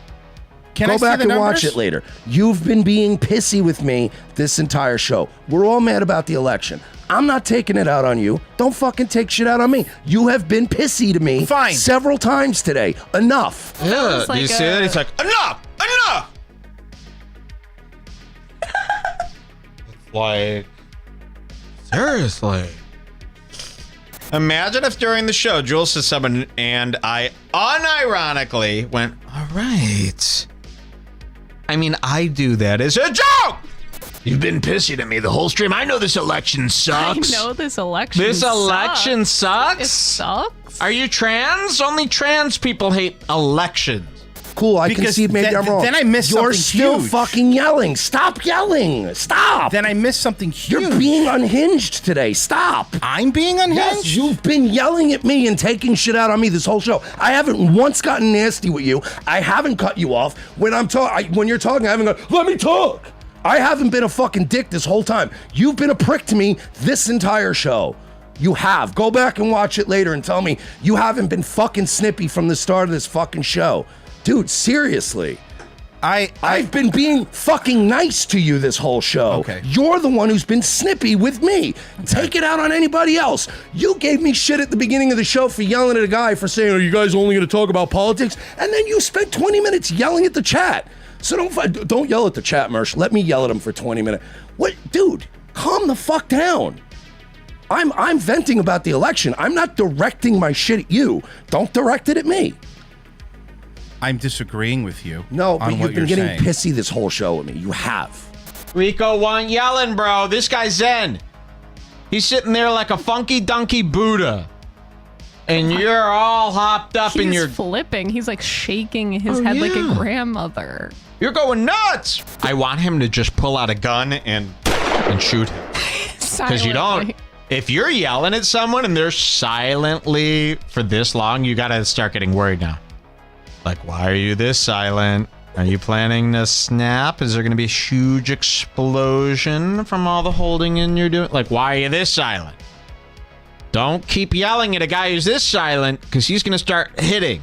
If I missed something so egregious about 18 million white men versus 30 million white men, I really would like to see that. I'm not even saying that to prove you wrong.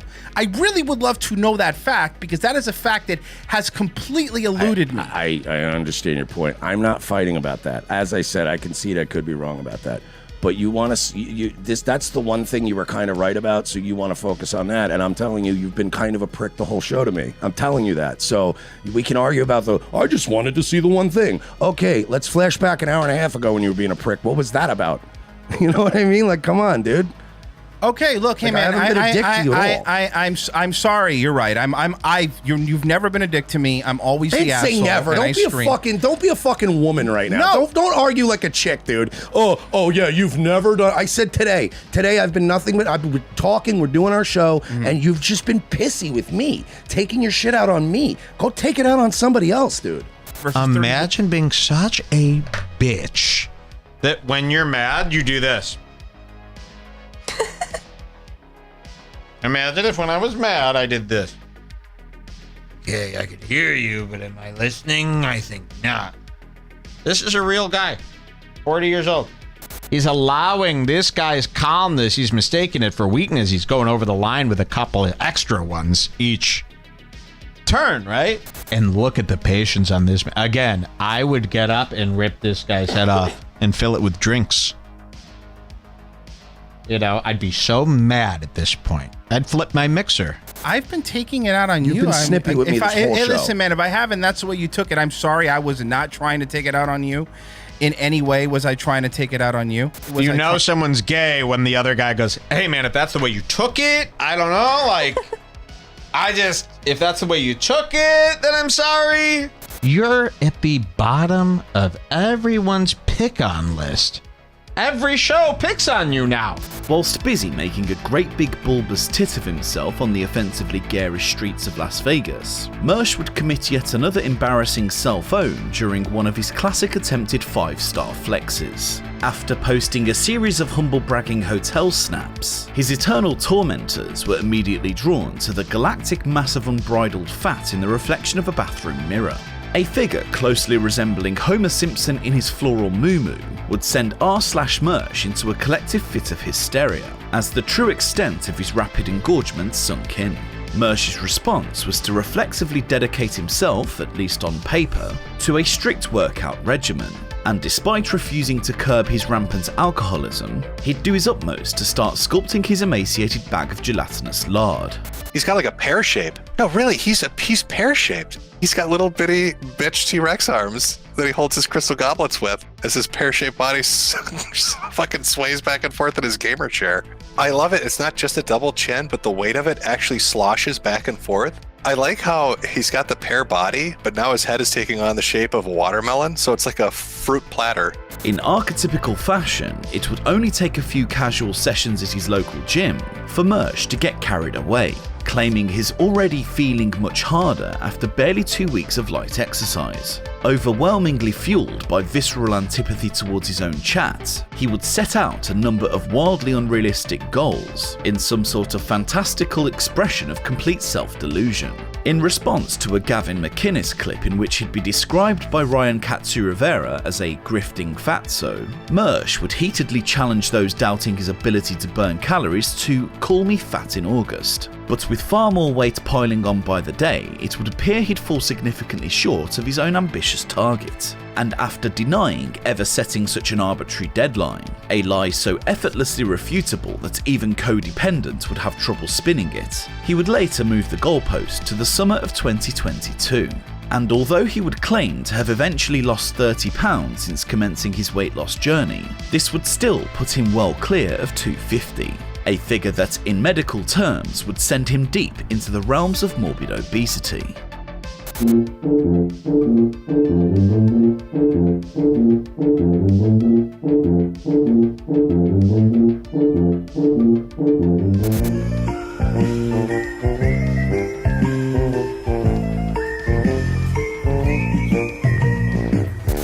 Every time I go through like a phase in my life where I get fat and then I go, I gotta fucking get in shape. It's happened like 3 or 4 times in my lifetime. Every time I come back, the game changes, right? So I'm like trying to get in shape, whatever. And then you're like, all right, now I'm weight training. I went to the gym today. Today is the hardest I've gone since I started doing this.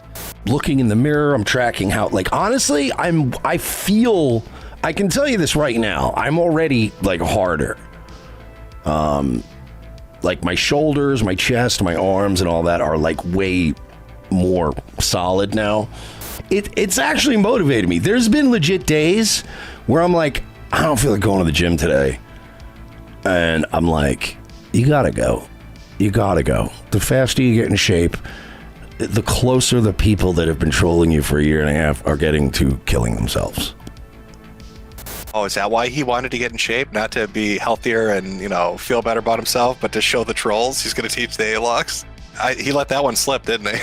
All you got to do is make him mad and he will literally do anything you want. I'm not focusing on the weight. I don't give a fuck about the weight. I care about what I look like, not what what I look like and what I feel like mean more to me than a number. That fatso he gets booted off all the things that he tries to like grift and get money for. Every show they do. What are you talking about? I was a guest on Dick's show, and you're right, I am fat, but guess what? Fucking week 4 at the gym, baby. Let's call me fat in like August. Call me fat in September. I like it. I like that people are doing the fat thing still because it's pathetic. It's actually really going to be fun. It makes going to the gym fun. It makes it fun knowing that these guys are going to have one less thing to whine about when they're fucking seething and when they're all angry about, he's fat. Yeah, not much longer, buddy. There are people on the internet that are saying Mersh, back when he started working out the last week of May, said, watch me. Dude, I literally was saying, by August, I'm going to look like Dwayne The Rock Johnson. They literally are taking these things and going, hey, what happened to being in bitchin' shape by August? I'm like, I never said that. Here's my predictions. It's going to be next summer, if I am, by the way, I will never have abs. I'm not claiming I'm going to be ripped, but I'll probably be much less fat and probably more muscular, and I will be noticeably different looking. And people will be going, hey, haters, what happened to Mersh fucking being fat forever? And they're either going to say, yeah, but he was fat until, Baked Alaska and Jim shamed him. Or it'll be like the Podawful shamed him into trying harder. Or they'll go, he started doing steroids. Or he started taking more Adderall. There'll be some excuse for, he didn't do it like... Honestly, my biggest thing is ordering Uber Eats like late at night because I'm just fucking drunk or lazy and I'm like, I'll just get them to bring me checkers. I need some food. It's so late that I can't even. Oh God, it's New Year's Day. Oh no!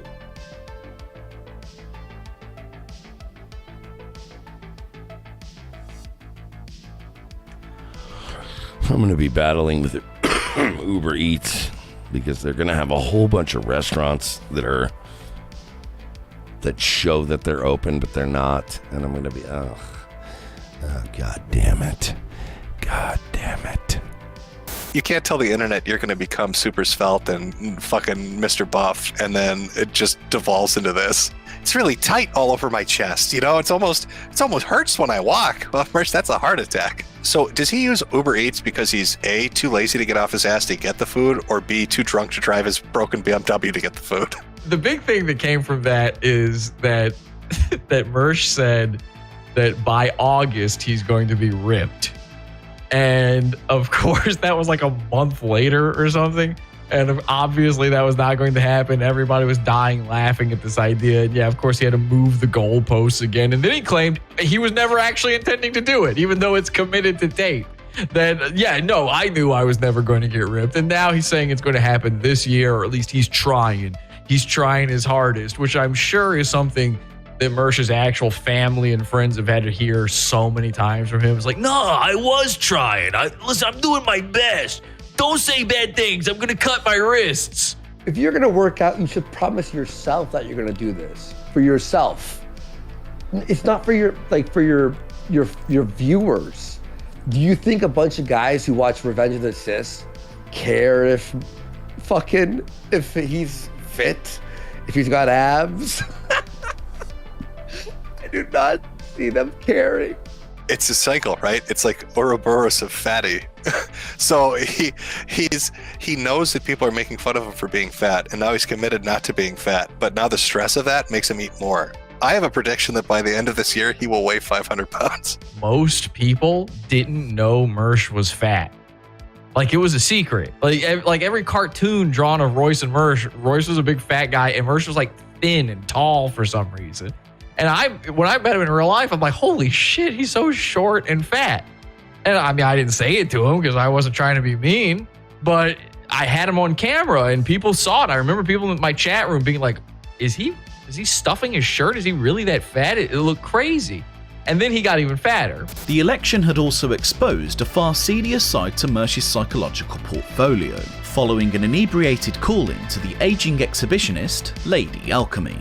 Also known as Jack Buckby's masochistic proud girl Martina Markota, she would take a brief hiatus from her attempts at passing off pornographic grotesquerie as performance art to stream the 2020 election results to a horned-up cluster of diehard simps. But with a severely drunk Mersh calling in to sweet-talk his homegirl, the stream would quickly derail.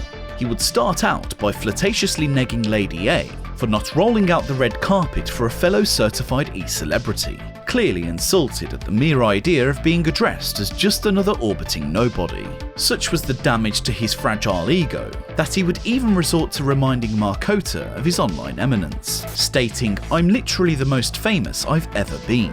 This before likening the cringe-inducing exchange to running into somebody when they're round their cool friends. He'd complete this deeply embarrassing presentation of ritualistic humiliation by accusing her of acting like we're not cool in the summertime, before demonstrating to her mostly male following the sort of demented pick-up artistry you'd expect from the likes of Internet AJ. It's safe to say this pathetic exhibition of intoxicated simpery would cast quite the shadow indeed. So, I mean, this is funny. I don't know. It's random. Well, what are you doing in here, Mersh? What? Oh my god. No, it's just funny. That came on. It seems like like she's just pretending like she doesn't know me. Like, yeah, hey, what's up? Hey, caller, you're on the air. Like, fuck you. What are you kidding me? So, I'm gonna fill you in on what's been happening. He called in. She didn't really care. She's like, what is Mersh doing here? We've never, she knows of his show. And she goes, what is Mersh doing? And because she wasn't thrilled to have the mighty Mersh here, he's doing this negging, flirting, because she's smaller than him on YouTube. He's going to pretend that he's like Jordan Peterson. I mean, Jordan Peterson doesn't even act like this. Mersh is going to big time her and pretend that he's a celebrity. I'm not fucking around. I mean, I was just gonna come say hi and talk about the election, but if you're gonna be all fucking stand up. No. Like, if you're gonna come at me like I'm being weird and shit. No. I was like, hey, that's I'm not fucking literally. That's I'm not literally like the most famous I've ever been And, you know, I was on Ralph's stream, and then he got drunk and crashed and burned. He's not joking. He goes, I don't know what the deal is. I call in, you don't seem like you're that excited. I'm literally the most famous I've ever been, right? And he's not me. Remember, Mersh ain't me. The hysterical, over-the-top me who says it all. He ain't joking around when he says, I'm literally the most famous I've ever been right now, and you don't seem to care. This is what he thinks of himself when he's talking to lower levels. So, like, he just shows up and just starts shit with her because he feels, I guess, entitled to it. I don't know. It's really weird. It's really fucking weird, especially if you're opener. Like, Mike was saying, what was it? It was just the first 3 minutes. If in the first 3 minutes you're saying I'm famous, you've already lost. So, like, me and her, we chat, whatever. We're like, we know each other from other communities, and you go like, hey, what's up, dude? Like, I know you. What the fuck are you doing, like, on my thing, you know? Like, I'm just some loser. Like, why are you coming onto my stream at 3 in the morning? By the way, this is what attractive white women do. They neck themselves. You're trying to do this thing where you're like, oh, who am I? I don't know. And you're like, no, we're cool. We're pals. Like, you know we're pals. He continues to do this for 4 or 5 hours here. It's like, is this, you think this, and he thinks by her laughing, he's like, damn, I'm like the George Clooney of this podcasting game. You disgust women of all kind. He wanted her to prostrate herself, get on her knees and be like, oh my God, it's the mighty Mersh. Big Dick Daddy Mersh, with his 1,000 live viewers, has graced me with his presence, and he's famous. He has shirts with his face on them. And I should, bow down to that and be instantly wet, is the feeling I'm getting. It's like running into somebody you know, like when they're around their cool friends, and then you go like, oh, hey, what up? And they go, yeah, hi. Like, I don't know you. And you go, dude, we work together every day. Like, don't pretend like you ain't nice at work. No, I'm not trying to play that game of, like, what do they call, like, negging or some shit. I'm not trying to do like, that. But it was like, yo, like you're like the girl I work with, and then you're like all cool at work. But then I see you in high school, and I'm like, hey, what up? And you go like, what? Do I know you? And you're gonna pretend like we ain't cool in the summertime at summer camp, and then we go back to school, and you're gonna act like you're too fucking cool. Like, come on, bro. We're 3 minutes into the call, and he's still trying to explain to her. He's like, man, I called in. You didn't seem so exciting. It's like, when you're around the cool people and they're pretending they don't know you. That means they don't like you. That means they don't like you, first of all. And what are you negging, Lady A? She's married to Jack Buckby, High Queen of the Proud Boys. This feels like the internet live stream version of drunk dialing. Where a dude gets way too shit-faced and wants to talk to a girl he finds attractive and then regrets it in the morning when he realizes what he said, except it's all live streamed. I like the fact you can hear the liquor, right? Just coming off of him. He's so drunk. By the way, guys, if you're listening live, like, this is what attractive white women do. They neck themselves. Like, this is the thing, because they've gotten adjusted. They've gotten adjusted to be like necked. So now they neck themselves, like they preemptively, like they try to take. It's like when like the N word with the A at the end got invented. Like, they were like, we're gonna take the word back. Mersh is like lowest of the low. Fans are like, oh my God, he's so good at talking to girls. Oh, one day I'll be able to talk to a girl like that, or maybe shoot one. You know, I'd come on your stream. Yeah, I ain't no fucking league, but now because I came here and then you started getting all big leaguey, and I called you out on that shit. Now you're gonna try to fucking flip that shit on me. You're gonna try to play some shit like, oh no, because you're Mr. Big Time. Don't play to my ego. I don't know what the fuck you're talking about, Mersh. That's her trying to say, enough. I feel bad for women, by the way, to deal with this kind of shit, to be catcalled, online man-spreading and catcalled by the likes of Mersh. To a girl like this, that's like a rape. But Martina wouldn't be the first of the alt-right's roster of opportunistic trad thoughts to somehow catch the unpredictable quiver of Mersh's eye, with Ashton Whitty occupying premium real estate in his mental spank bank. But despite trying his absolute utmost to establish any sort of physical contact with Ashton, after all, she's so pretty, he would ultimately end up adopting the role of a friend-zoned cuckold, claiming he would often help her talk through relationship problems over the phone. Explain why the internet is so important to the American or the world. shit. Our founding fathers, when she they founded really this is. Look at that country, outfit. they believed in the idea that the people were the military. Oh, I love you now. Oh, she's my favorite. Can we make up though? I gave you a juice box. We're cool, right? We'll get a little half hug here. Ash and Birdie, join us. Don't push me at sexual. You know who still talks to me all the time? You know who considers me a friend to this day? Ashton Birdie. You know why? Because I always talk to her like the way I talk to you guys. I'm a fucking asshole to that chick. So she calls me all the time for perspective. I don't pick up 90% of the time because I don't want to hear this. He sounds like a fucking fourth grader. He sounds like a fourth grader with a crush. I want to go up there and just cuddle her. Oh, she's so cute and pretty. I bet he went home and sniffed his hand for an hour. But it was Ashton's former boyfriend Tim Gierney, better known as Baked Alaska, who'd ultimately be granted the pleasure of bending Mersh over and filling his cornhole with milk. Mersh had at this point devoted years of Nightwave radio directing throngs of churlish ridicule to Baked, potentially fueled somewhat by his tumultuous relationship to Ashton. In a rather serendipitous encounter on the streets of Ybor City, Gierney would catch the balding pearman completely by surprise live on stream, forcing a panic-stricken Mersh to burst out, "It's Tampa," in some sort of reflexive spasm.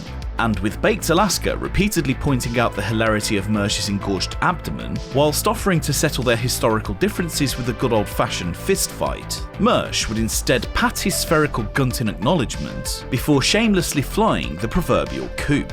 A faint cry of, "Are you trying to do that right now?" as Mersh ballerina twirled from a safe distance, would be followed with an immediate and enthusiastic "yeah," prompting the Tampa Bay waddler to turn tail to the sound of Bake's infectious cackling. Wow! But look who you're talking to. Yeah! Damn, you're fat as fuck! Holy shit! I mean, let's be fair. You're Yeah. on camera. No, I'm great. You ain't showing that light. Oh yeah, why don't you fight me, bitch? Talk some more shit. Yeah. I mean, are you trying to do that right now? Yeah. I feel like you ain't trying to do that right Oh, he runs like a coward. Oh, like a coward. Fucking coward. Fat fuck. Mersh like a coward. He won't fight me. Dude, I couldn't believe he's so fucking fat. This guy's been talking shit to me on the internet for like the past 5 years. Holy shit. I just challenged him to a fight. Pussy ass bitch! Pussy ass bitch! If you're a guy, you fancy yourself a stand-up comedian, you fancy yourself this internet like funny man and this guy who can say the most acerbic, witty things through prose, a camera turns on you, you should be turning on. You're fucking on now. Like, as sick as that is, and it is, that's a sickness. But if somebody starts pointing a camera at me and they know who I am, and I gotta turn on something funny's about to happen because this clip's going somewhere whether I do something funny or not. So I better look like I know what I'm up to, like I know what I'm doing there. Mersh looked like a deer in the headlights. He looked fucking scared, and everybody saw it. I can't just hang up this Discord call and go on, open up Nightwave radio and just start ranting about it and ban anyone who comes in. That's his nightmare. And he doesn't want to, he wants to just make the money off of Baked. He didn't want to interact with Baked. I love the poop walk. It's the same thing he did on stage at X Fest. It's that I got a dump. Like, you can see the fat is condensed around his abdomen, and it's like bulging out as like hills from his sides. And then he tried to make the belly slap. He called it the Chad belly slap, as if that's something. It's like, no. You got caught being fat. That's what that looked like. That's a psycho thing to be caught doing. Like, nobody knew you were caught being fat, and you had to check. If Mersh had any reaction other than this, you know, he could have tried to switch it around, but he took off like as fast as he could. I mean, he could have made all sorts of fucking jokes about content spray and January 6th. He could have Bakes Pudgy too, you know what I mean? But like, he ran for the hills. The moment Baked goes, "You're fat," in Mersh's mind, he went, "This is gonna be on Podawful, goddammit." I'll never forget that Bake says, "Oh my God, you're so fucking fat." And Mersh had to look down to see if it was true. he's got such a delusional view of himself, he wasn't sure. And then when he saw it, he had to tap it to make sure, like he's pinching himself during a dream. Amidst widespread claims of bitching out, Mersh would assert that fighting who he'd describe as a federal informant on the busy streets of Tampa would have been the most foolhardy of endeavours. And whilst he may be correct, bolting at the first sign of hostility in such a humiliating fashion was not his only option. For example, he could have very well used that cougar-slaying wit of his to confront Baked Alaska in a completely non-physical manner, using levity as a tool to reinforce his many personal objections. However, by refusing to capitalise on a clearly uncomfortable confrontation, he instead gifted his Alaskan adversary a moment neither are likely to forget. Baked Alaska goes off on this childish, unhinged, insane fucking, like, fight me, bro. Fight me. Why don't you fight me, bro? You're fat. You're fat. And I'm like, what? Most of the people that posted it are the 8 Spurgs with all the alt accounts that are in here right now that they really want this fucking traffic over on their fucking thing, whatever. So I'm not doing that. By the way, I like the... Dude, we shamed Mersh. I literally slapped my belly. I honestly forgot about the belly slap. I honestly forgot all about the fucking belly slap. But he's like, you're fat. I was like, yeah, you're not showing your doughy body on camera, I noticed. This is the only time he films the other side of the street. All the way on the left to your left, like our left, if you go off on the other side of the street, about 25 feet, there's 3 police officers posted up on foot patrol. Then he waddled away, waddle, waddle. Then he waddled away, waddle, waddle, waddle. See, Kieran saying, sorry, Mersh, but you should have fought him. Maybe you should have. Maybe you don't have weapons permits and you're looking at buying a house next year. Maybe you don't have anything to lose. And hey, that's cool. Punching people in the face without being physically assaulted first is something somebody does when they don't have anything to lose. I am too old, I am too fat, and too goddamn tired, and too comfortable to go around punching people in the face. Especially when they haven't punched me in the face. The people that are giving me shit about this, not all of them, but most of them are the same 15 people that hate my guts anyway. It wouldn't have made a lick of difference, and you know what they would have been doing? These assholes would have been spending their whole weekend going, yo, you know what's fucking hilarious, dude? Mersh is now going to spend all fucking weekend in jail, just like that fat fuck Boogie. Yo, they should have fat guy prison sex, because they're fat. So, fuck all the Reddit people, fuck all the people that have enjoyed the chum in the waters. But the truth is I, in the last 13 months of my life, have made incredible strides. And I plan on making really, really big strides in the next fucking 12 months. So, it's fine. You can call me a bitch, but I'm a bitch that has a fucking 2 great shows and a great life. And a business partner I can trust who's my best friend, and a fucking bunch of cool people, and it's pretty bitchin'. So. It was fucking crazy.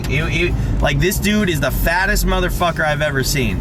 Like his fat is just, like, protruding out of his body. Like his body type is not supposed to be fat, but this motherfucker eats so much. It's crazy. I was, yeah, he's like pregnant fat. Like, I was just shocked. I was like, holy shit. Cause like on the show, you just see his fucking face. I gave a formal fight invitation to Mersh. I'm giving him 60 days. 60 days, October 1st. Let's do the fight. It'll be a boxing match. We'll stream it and all that. Tampa, Florida. Let's make it happen. So you guys got to press him. Why'd you try to start a beef with my fight Mersh in Ybor Street? I told him he should box me. We should set up a boxing match. What do you got what do you want to say to Mersh right now? Nothing. Box me. Or what are you doing in Who are you? I'm with Revenge of the Sis, Occupy My Life. Gay! Gay! What do you Gay! like ROTC, dude? Huh? No, it's gay. What? Are you a Fed? Hell no. You Why- work for a fat. Why didn't you get idiot. arrested for 1-6? I did get arrested, you fucking retard. But you got out? He doesn't know I got arrested? Dude, you got arrested. Oh my gosh. What, you didn't do Another anything? fat revenge of Holy shit! This is what Mersh sends, a guy slightly less fatter than him? Let's see. Alan Powell, defeater of Torbo. Way to spell it right, you fucking crack tooth loser. Why did you radicalize your fans to stalk and harass Baked Alaska? Yeah. Go ahead. Get on out there, kiddo. Sell that narrative. The fan is braver than Mersh. He's engaging Baked. He's got his phone out. He's getting shit talked. He doesn't care. Mersh waddles away, and the guy who watches Mersh is right up there. You've got the fact that Mersh went to Twitter afterwards after realizing he had just been embarrassed, probably harder than he had ever been embarrassed before. And there's a tweet, I don't know if he deleted it, but there's a tweet out there where Mersh said, "Let me see Baked Alaska in the street again. If I do, it's not going to go down the same way this time." He threatened him. He said he's going to beat him up. Now, if all that other shit was true, if Baked Alaska's a Fed, why would he beat him up the second time but not the first? So obviously the whole thing's a cope. Obviously the whole thing's a lie. Now, he tried to claim, because I did address this on one of my streams, he tried to claim that he never had any beef with Baked Alaska. He never was going to get tough with him. But from what I understand is he was like, I'll teach that fucker a lesson. So it's all big talk after he literally waddles away. You could tell how uncomfortable he is. Let me just look at him. You could tell he's nervous. Then Mersh said the reason he didn't find him was because the police were right across the street. Well, you can see on video that that's not true. It's on video. But he tried to claim they were across the street. I asked Baked. He said no. It totally just breaks. It makes everything fall apart, right? Because he does act very tough. But from what I recall, his excuse, his looking at the video and saying that's a lie, is he said there were cops across the street. So if he was in a fight, they would have been in trouble. However, if you watch the footage closely, there are no cops across the street. I don't see a single cop. And also with how loud Baked is being right now about let's fight and what a fat fuck and how he's kind of being verbose about it and loud and boisterous. If there were cops there, they'd be like, well, we got to make sure these drunks aren't going to fight each other. I don't see them anywhere. Yeah, I don't see a single cop. And when sending one of his own pot-bellied fanlets to stream snipe Baked Alaska hilariously backfired, Mersh would be left with no choice but to drunkenly accuse him of raping Alice, a dog-abusing meth addict known for fucking her way through the cast of IP2, on Ethan Ralph's kill stream. In rather fitting fashion, Mersh would eventually be run off the show altogether, following a particularly abusive super chat questioning, why is this guy having a drunk insecure mental breakdown towards every other guest? Well, I didn't even mean for it to end up like that. Me getting with Baked was completely uncalled for. I just got invited to. Did he rape you? Can you say he raped you, please, live on air? Give me that. No, there was. Hang on. No, wait. What the fuck? He's not He's a rapist. a literal but- rapist. No, What the rapist, fuck? no. You can't can't say that. This is levels of Jewry that shouldn't exist. You can't say that. She said he had sex with her against her consent, which would be rape. Come on, Dingo. No, it wasn't. It was not rape. He never was raped coerced? me. I don't know where you pulled that out of your ass, but it's completely fucking fake news. He did not rape me. It was 100% consensual. While I was in town, this guy at the time was like, "Oh, I could get Why you is this into-" guy having a drunk, insecure mental breakdown towards every other guest, lol? That's fair. That was a super chat. That's fair. That's fair. No, that's fair. Andy, super chats, Andy. Everyone starts freaking out on him. Everyone's going, Mersh, what are you doing? Stop this. You're accusing a man of rape right now. The woman you are saying is his victim is here saying she willfully had sex with him, something your Uncle Jonathan doesn't understand. What are you doing there, Mersh? Why are you trying to get people busted for rape? I think that's a little bit of jealousy. I think that might be a little bit of jealousy seeping through there. I don't know. Maybe he's a little angry that thought got her ass tapped. Now he's looking for payback. I gotta know, Mersh. Was it worth it? Did it work out?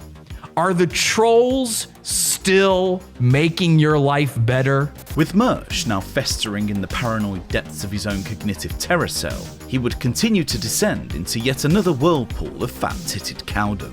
Following the circulation of an email exchange with Kitsap County's Detective Tiffany Dobbins, after the receipt of a FOIA request originating from GSK circles, the Floridian cringe artist had finally achieved the sort of notoriety befitting his relentless thirst for e-celebrity. The contents of the email exchange with Washington's finest would expose Mersh as a complete and utter snitch, a far cry from his days as a drug-dealing tough guy from the twinkle-toed streets of Evil City. In the email, Mersh would directly accuse the likes of Jesse Powell Stroud, Alan Powell, Ian Ellis, Thomas Daly and David Walsh, along with yours truly, of committing a litany of abusive cybercrimes, without a shred of logical reasoning or evidence. These alleged crimes would include doxing, swatting, harassment and even the doctoring of evidence, with this follically challenged informant at this point desperate to pin something tangible on the lapels of his growing list of detractors. With the emails having been exchanged in April 2020, it's clear nothing substantial ever came from them. But the fact this pot-bellied junkie would go to the lengths of providing specific names to law enforcement, along with a list of knowingly false accusations simply because he doesn't like them, is incredibly telling indeed. He would nonetheless lead his dutiful pay piggies around a hedge maze of nonsensical distraction, dedicating large chunks of Nightwave frantically inventing a series of alternate realities, in which his tattle-telling shenanigans were somehow justified. The first link is a thread about us on a website message board that is completely dedicated to doxing and harassing people on the internet. Kiwi Farms gained notoriety during the Christchurch massacre in New Zealand. So he wants to get the word massacre in there. That's like, you're a police officer and you see the word massacre, your ears perk up, you know? Is that the start? Did he start with Christchurch? You can say a ton of shit about Josh and Kiwi Farms, but he doesn't really give into that. If they're going to host the Christchurch massacre video, do you think he's going to give a shit about, what was the detective's name? Tiffany Dobbins being upset about the fucking Revenge of the Sis thread? Put some perspective on it, man. Mersh took a big swig of turpentine and went, let's see where this goes. And he rubbed his hands together, and he probably already was doing that, you know, Mersh. And he just went for it. And he said, okay, I need something. What will get their attention? Oh, I know. A mass shooting. A hate crime. The thread was originally started by a community of fans of a show called Podawful, hosted by Jesse Powell Shroud, and an English YouTuber by the name of Porcelain. I like how he wants everybody's name in it too. Not just saying who you are on the internet, but this is their name. This is who I want you to go after. It's Christchurch Massacre, and here are two names for you. What a cunt.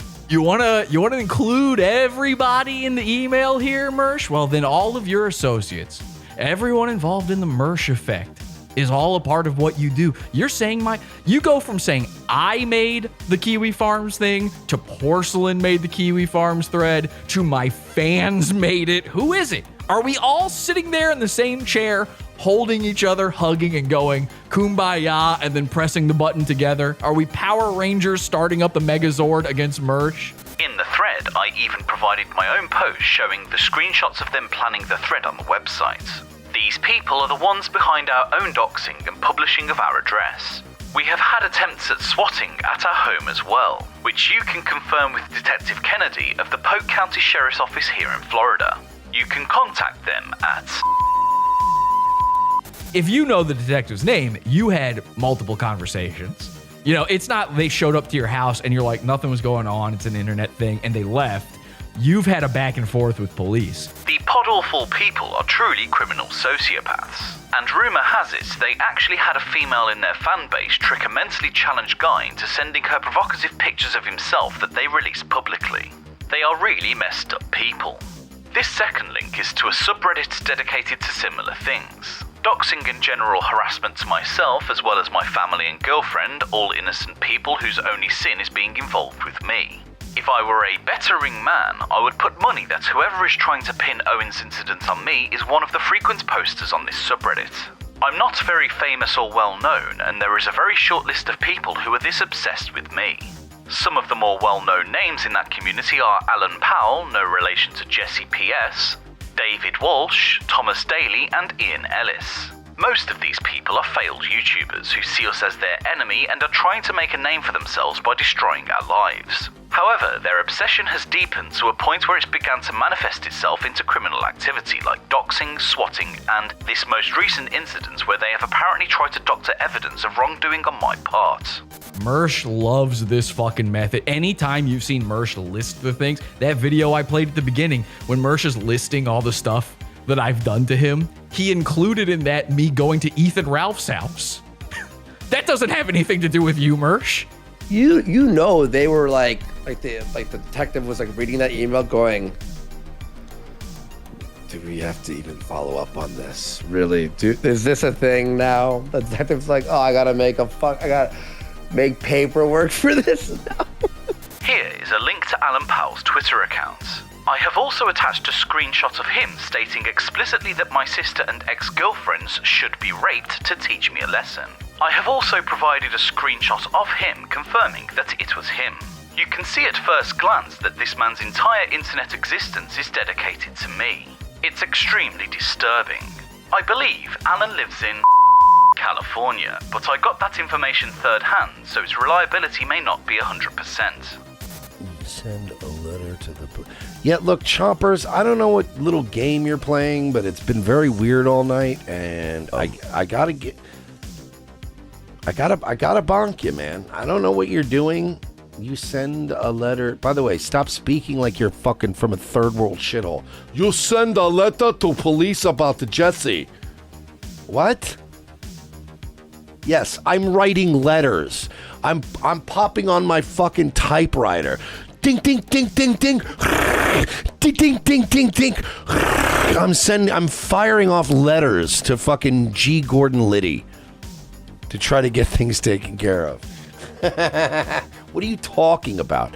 You know, you've been doing that thing. You've been doing that gay thing where you keep trying to be cute, but you keep mentioning. See, you guys are kind of broken people. You always do the same shit over and over again. And then you think I don't notice it, but it's like I notice what you're doing. You fucking... Hello, you write letter to police about the Jesse? Yeah, ding, ding, ding, ding, ding. Ding, ding, ding, ding, ding. Yeah, that's what I'm doing. Mersh doesn't know how a typewriter works because it's not ding, ding, ding, ding. It's ding, ding, bing, bing, bing, bing, bing. You can't go until the bing happens, and you got to go to the next line. Mersh doesn't even know what that sound is. He thinks he heard a typewriter one time in a cartoon. He's trying his best here. He's in panic mode. He's in full-on panic mode because this guy's saying he's sending letters to cops. What I love the most about that is that while he's doing the imaginary typewriter getting reset, you know, only one of his eyes is following that imaginary typewriter. The other's looking dead ahead and his fucking cross eye is following. That's the best shit. It's like a weird, like, cope deflection. Like, did you write this pathetic, groveling letter to the police because someone doxed you? No. What, you saying I'm writing a letter like it's a typewriter? Come on, bro. Nobody uses a typewriter anymore. Like, what the fuck kind of response is that? Did you email them? Did I have to specify what medium you're using to email, to contact these people? If I say, why'd you talk to the police? He's like, I didn't talk to the police. We use email in 2021. Like, bro, come the fuck on. Don't focus on the meat of the situation. Focus on one weird little thing about what the person said that you can say isn't true. So it's not, oh, you didn't write a letter. Well, you did, because an email is a letter. Or do they not get sent to your mailbox?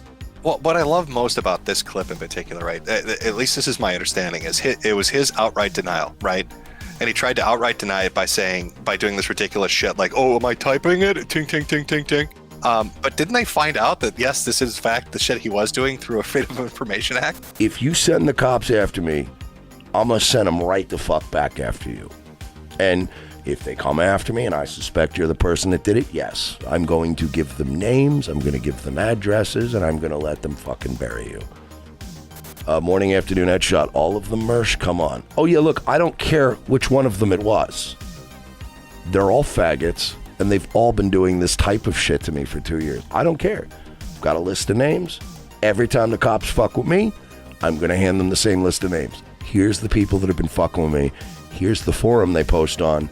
Here's a website that documents their psychosis about me.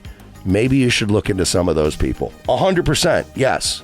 He'll tell everybody that he's pro free speech, that he's pro this, he's pro that. But the second he's got a moderate amount of power, he's going to use it to fuck everybody into the dirt. He's going to get you fucking taken off of platforms. He's going to fucking ruin you, destroy you, like he said with Owen. He's going to contact the police and get your subreddit or your forum shut down. Like, it's just, he's a very bitter dude. His initial response was one of flagrant diversion, with a panicked Mersh miming the exaggerated taps of a typewriter whilst yelling at his audience in a Russian accent. But with more corners of the internet catching on to the soft-bodied antics of a 40-year-old panhandler, Mersh figured he'd once again attempt to in before yet another inevitable wave of unrelenting ridicule. With his exposed anal crack planted firmly against the wall, he'd finally admit the validity of the emails, whilst foolishly maintaining the warped ethical reasoning behind writing them. It appears, at least if you were somebody dumb enough to take a pathological liar like Mersh at his pear-shaped word, that he was at some point reported to the police and even allegedly swatted, with next to no real idea of who did so or why.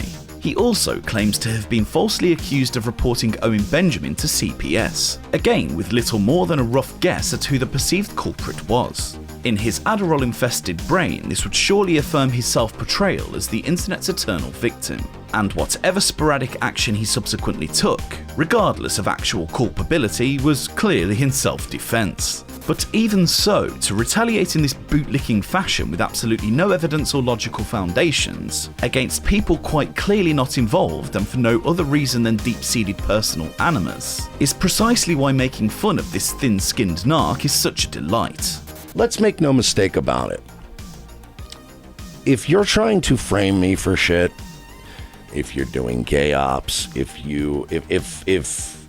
the group of people that take this shit with me to this level is such a short list of people, that when certain things start happening and they're happening to me and they fit the pattern of your behavior, I should probably make it perfectly clear. I will absolutely throw you under the bus for law enforcement. I'm telling you that right now. I will 110%. I will never not throw you under the bus with law enforcement if it's you or me. I'm listing all of your names and I'm giving them to the cops. I don't know why I wouldn't do that. See, it's been 2 years now. 2 years of people who take shit too far.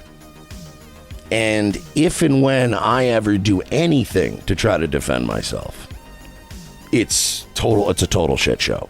I find it funny.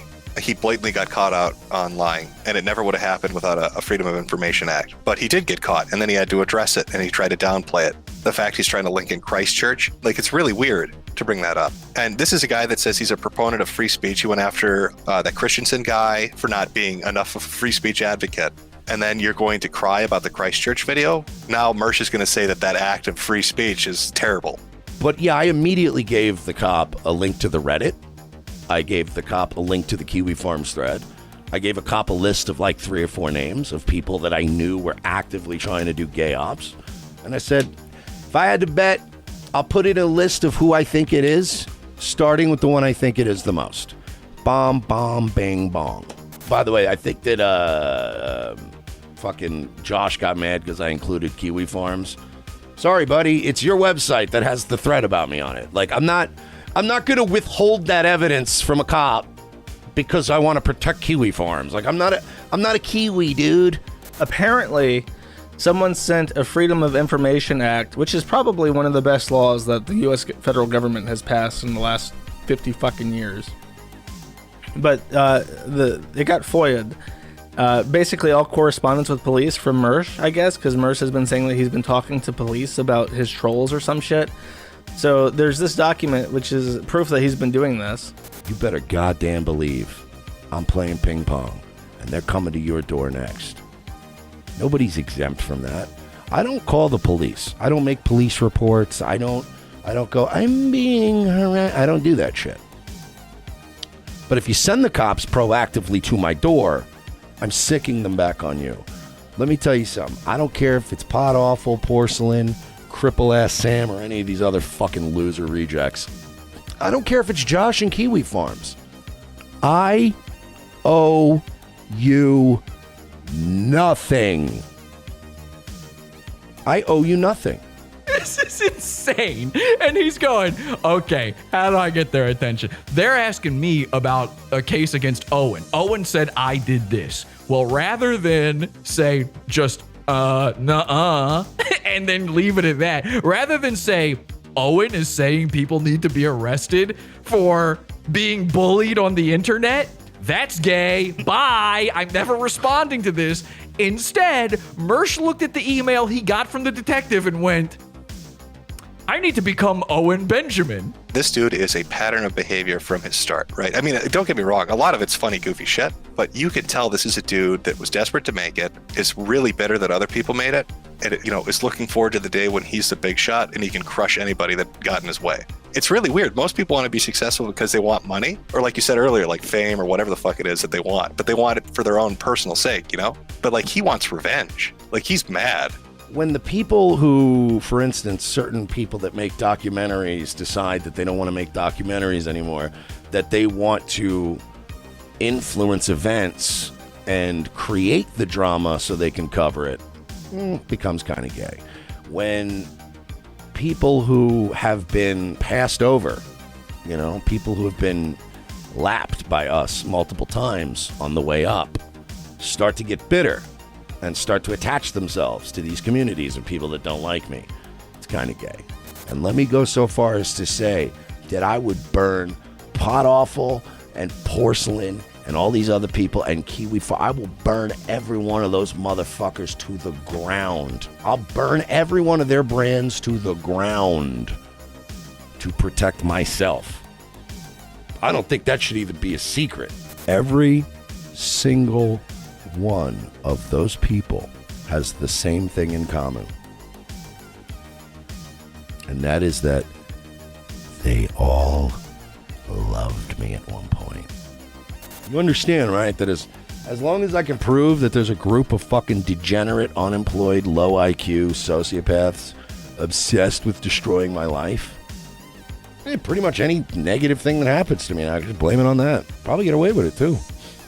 This is really this is such a great psychological profile into how Mersh looks at the world. It's transactional. It's who's above me, who am I above.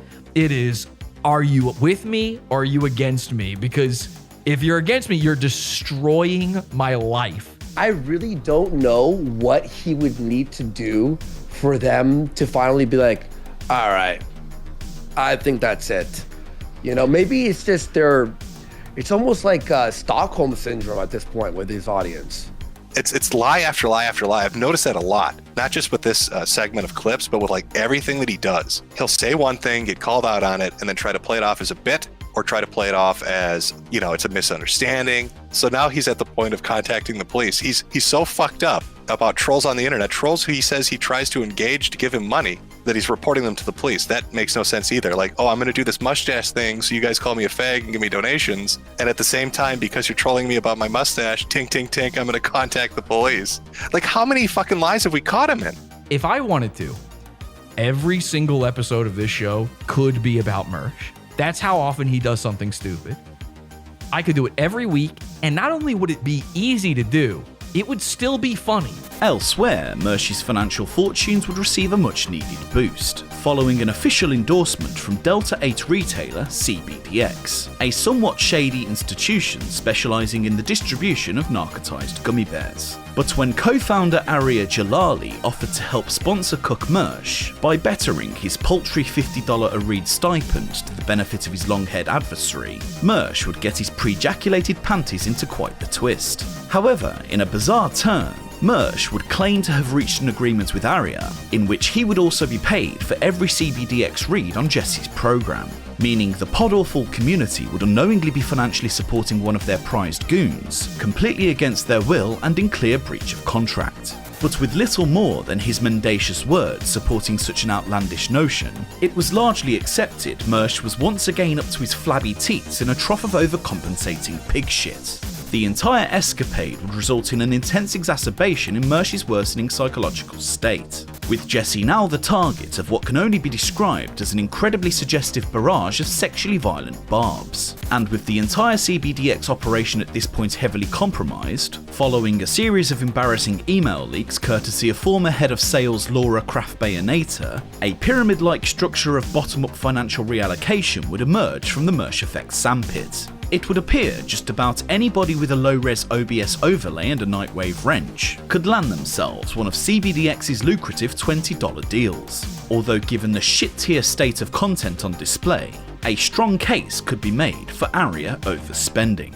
CBDX.com, promo code ROTC. By the way, they started actually getting their shipping caught up. I can see it now. So, along with these fantastic CBDX gummies, that's right, available at CBDX.com. Promo code ROTC. I gotta chew them up. I'm telling you to go on over to CBDX.com. That's right. Use promo code ROTC, not the other promo codes, because fuck those guys. Promo code ROTC. I bought some bulk flour here, about 30 grams worth, and this shit's been lasting me, man, between that and the moon rocks. I still got dabs left. Bro, this shit really, I get a lot of mileage out of the Delta 8 stuff. So CBDX.com, promo code ROTC. We're going to get out of here. Where's my goddamn outro music? I've had it. You said none of your haters could ever get sponsors. I won when I got an email back from CBDX.com saying, we'll take literally anyone. Okay. Sign me up. I didn't even have to get $1. Because it ain't about the money. It's never been. Not for me. It is for you. Numbers are very, very important to you. That's why I know to hit you where it hurts the most. What will bruise Mersh's ego the hardest? What will leave him looking like the last apple in the fucking bushel? Well, obviously, the ego surrounding his money.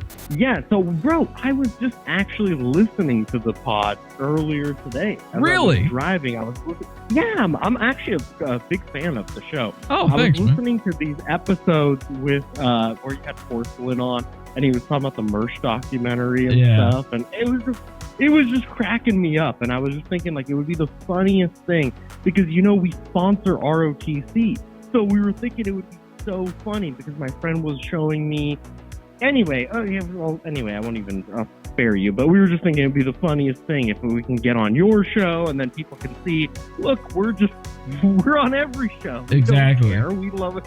If it's a good show, we want to be on it. Dude, I'm telling you, people will die when they see that. Like they'll love it. Let's do this. So we're huge fans. We've played the show a bunch of times while we pack orders and shit. I mean, we have like a little Apple TV in our office, and so we watch your show, we watch ROTC, we just put everything on, while we're packing orders.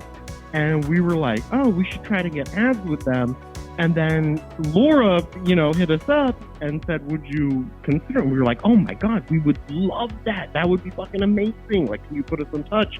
I was told that, I guess over the weekend, Podawful, Jesse, did his gay little, basically swinging from my nutsack, as he wants to do. This lighter's dying. It's my last fucking lighter. So Jesse, I guess, decided that he was going to contact our sponsor, CBDX.com. And that he was gonna, oh man, I'm gonna get them so mad. I'm gonna get sponsored by them too. It's gonna be so great. Blah blah blah. All right, whatever. He does a little victory lap this weekend because he got some live reads from them, and they paid him to do live reads, right?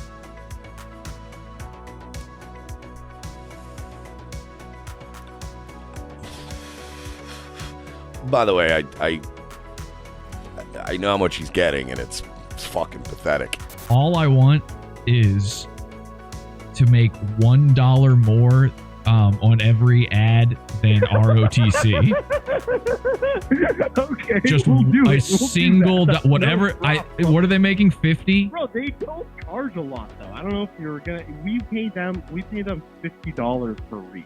Like, we literally talked to this guy on the phone. Like, we have his number and shit. So Royce texts him, right? And he's like, are you really, like, I just need to ask if you really are or not, because this guy has a history of just bullshitting. And everything that comes out of his mouth is a fucking lie. He's like, did you really, like, sponsor the show or whatever? So he goes, dude, fuck. He's like, I got this guy that works for me that looks for, like, hot up-and-coming little shows to try to stir, because it makes more sense to get small communities that are way more loyal than, like, you know, sponsoring Ben Shapiro, let's say, right? So Royce begins to tell this guy the tale of our dealings with him or whatever, right? The doxing and all the gay ops and all the bullshit, and gives him a whole little rundown. So the guy's like, he's like, seriously? I had no fucking idea about any of that shit. I'm like, no, it's just the way it goes, you know? Wow, we didn't know all that stuff you just made up. It would be hard. It would be hard to know that if the only thing they'd ever watched was the porcelain episode where we refute every fucking point you've ever made about all of this shit. When you talk about all that stuff, in this scenario, what you actually are talking about is me sponsor cucking you. All that stuff, you just put in their mouth that they didn't know that I sponsor cucked you, even though they are the other party to sponsor cucking you. So he checks in or whatever, and I guess he was like either reading emails on the air or talking, like, or recorded a phone call. It was something really weird, and he like edited it so it sounded like, it just sounded all fucked up or whatever. He was manipulating the audio or whatever. So doing his typical gay shit. So I guess they watched the show, and they reached out to us, and they were like, oh yeah, dude, fuck this guy. Immediately. Oh yeah, fuck this dude, man. Fuck him. Yeah, we're not. He's like, we'll do this little deal with him and then we're done, whatever, blah, blah, blah. Aria would eventually agree to pay Jesse $500 for just a single show's worth of ad reads. And with the Podawful host having never intended to continue the arrangement, given his staunch anti-advertiser mentality, Mersh would have to somehow encourage his benefactors to cough up what would represent a wildly extortionate payment structure to have any chance of competing. Every time Podawful does a read for whatever the fucking length of his thing is, they're also going to pay us. I swear to God, my hand to God. So, nice troll, Jesse. Just understand that now every time you do a read for these guys, I'm also getting paid for it. So thank you for that. I appreciate it. Merry Christmas. I appreciate you continuing to put money in my pocket. I mean, I really honestly don't understand why you're so nice to me. Look, I get it. Like, look, some of the people that bash me they have valid gripes, valid criticisms, you know, oh, Mersh is cringe and this and that. Fine, that's all valid. That's fine. I would end my life if I took this many L's in 2 years. Not even 2 years, in like 3 years. You know what? Unironically tonight, this one is to Jesse from Podawful. I understand that this is a bluff to get me to, it's a deterrent from me continuing my sponsorship with CBDX.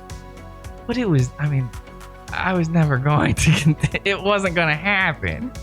That was always the case. Nothing has changed. He says, okay, let's do this.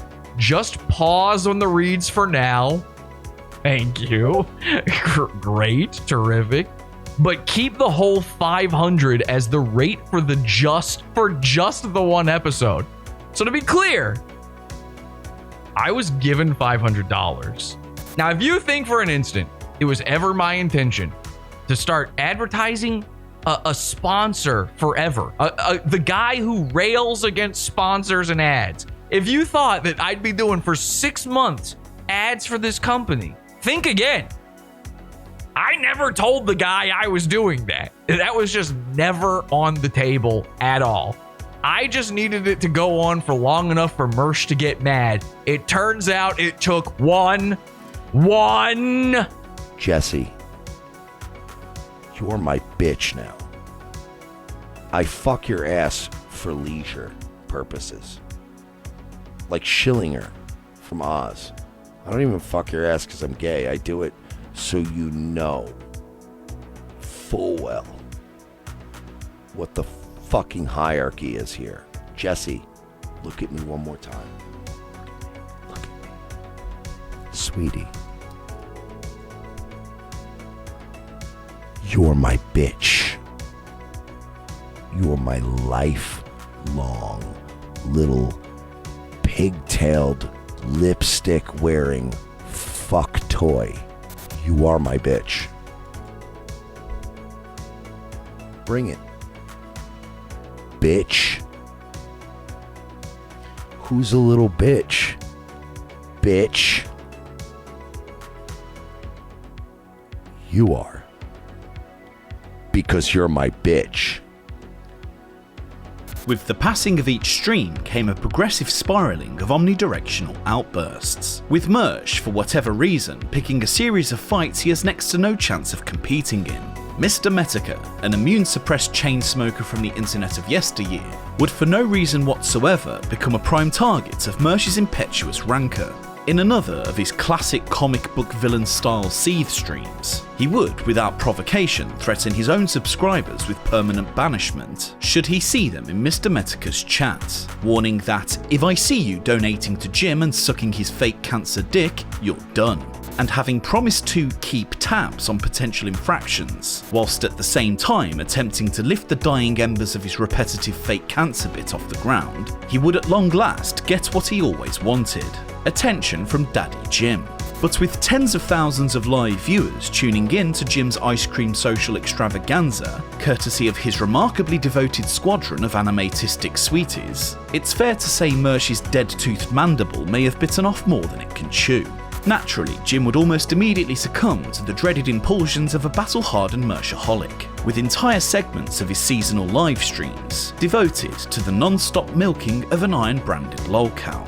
Tuesday we're slated. We have a verbal agreement, but he has not gotten back to me since. But we are tentatively slated to have the formerly the internet aristocrat, now known as Mr. Metokur. We're gonna have to. I don't know. We'll have to go over that on the air, I guess. But he used to be the internet aristocrat. Did a lot of great stuff during Gamergate, helping to expose the media as usual. Just a really funny dude. I became a fan of his during the massive Shia Cucking that happened last year. Yeah, that was pretty cool. A few moments later. Jim doesn't have cancer. Jim doesn't have cancer. Jim doesn't have cancer. Jim doesn't have cancer. And people go, then why hasn't he streamed? Because he makes fucking $20,000 per stream. Let me tell you something. If I made 20 grand in one stream, you guys would get me fucking once every 2 months. And after a couple streams like Jim, you guys wouldn't see me for a year.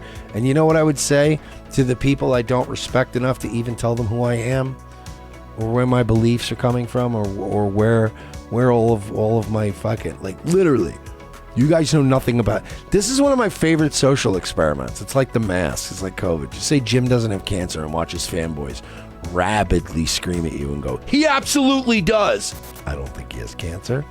I think he's going to launch a huge comeback, and I think he's going to come back, and he's going to go, yeah, I went into remission, and I fought bravely, and I don't have cancer anymore. And he's going to start making fun of whoever the cool kids are making fun of, and he's going to get tagged into a tag team match like he never left, and everybody's going to go, yeah, Jim's back.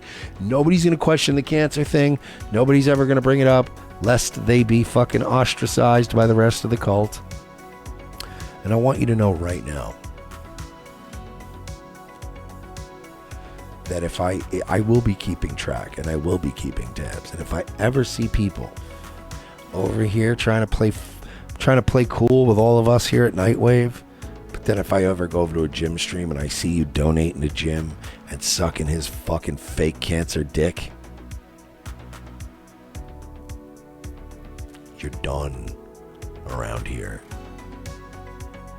You are done around here. There's going to come a time where we're going to start culling people around here, and it's going to be the people that just don't get it. And I got no problem with people that don't get it. And I'm willing, and we're all willing to help you get it. But there's gonna come a time where it goes from where you don't get it to where you won't get it. And we're not gonna have people around here that refuse to get it. Now, I know that some people have called into question if I have cancer or not. I heard that Mersh said that. In fact, you might want to be careful, chat. I also heard that Mersh told people if you donate to me ever on any live stream I do, he's going to be very disappointed in you. Very upset about it. And if you donate on a stream and it makes him upset, probably really piss him off if you head on by the Teespring store, buy yourself a nice shirt. I want to hear his screaming. I don't want to make fun of him too much. I want to make sure I got the right Mersh. This is the Mersh that saying happy birthday to Styx because he pulled something out of his ass and was embarrassed publicly. Is that the Mersh we're talking about? Or is it the Mersh that ran away from Baked Alaska when he got confronted in the street? Oh, don't mind me, Baked. I'm looking at the ground. I work with the city. That's why I can't look you in the eye. I'm looking for cracks in the sidewalk as I waddle away. Let's see. Remember that one time you had a meltdown because Porcelain forgot to put your name in the credits of his Owen Benjamin doc? Oh, you mean the time I jokingly had a meltdown about it? No, I know. Now we're going to take every bit I've ever done and we're going to turn it into a whole fucking thing. That's right.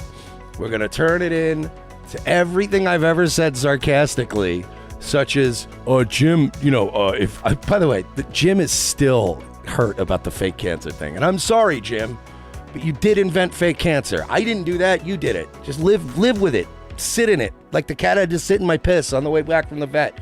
You peed in the cage. Now you guys sit in the pee for a little bit. You made up fake cancer. I'm sorry about that. So, like, Jim did the whole, like, yeah, little buddies. Because Marshall's going to make a list. He's going to make a list, and he's not going to welcome you back if you give me money there, little sweeties. But that's literally when you watch the clip. I'm like, first of all, when I say I'm making a list, and I said you're done around here, buddy. I'm going to be making a list of people that donate to him, and if you do that, you're not welcome back. Dude, I don't even know a list of my own patrons. I can't even keep up with that list. I was here. It's a joke. I'm beyond the dopamine rush of being mentioned on the internet. So no, I'm beyond like there being like a famous person that tweets out something I did and being like, oh my god. Just don't care anymore. I don't want any of that shit. You're fucking done, kiddo. Oh, you don't know what kind of trouble you're done. Let me take a smoke break. Oh yeah, it's game over for you, bucko. I've got my eye on all the kiddos doing donations over on Jim's stream. Here comes the fucking thunder. I hear Mersh is having a little bit of difficulty with a porcelain video that's come out and a alleged documentary in the works. I'm sure that's not something he's super looking forward to. I also heard that he tried to get the internet arrested. Nicely done. Nicely done, Mersh. Get those mean people arrested. By the way, before anybody asks, what's with the mustache? The mustache is to ensure that I make a bunch of money, so people have to pay to make fun of my mustache. Welcome to the program, everybody. Also, the dude fucked up the mustache. This was not the mustache I planned on having. More moments later. By the way, I'm bringing the beard back for anybody who's bitching about the beard. I'm bringing it back. Not because of you faggots, but because I really do have a project going on, and I can't get into it because it's a big project. That's what I call a sexy man. Now, Mersh has got the look. I would call this this ensemble, really, this entire get-up, this look that he's going for.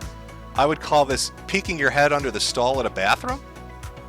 Now, I'm not saying he'd suck your dick, but if you left it hanging there long enough, maybe something happens. Now, I'm not sure why he's got a goiter on the sides of his neck that looks like it's filled with 18 liters of pus.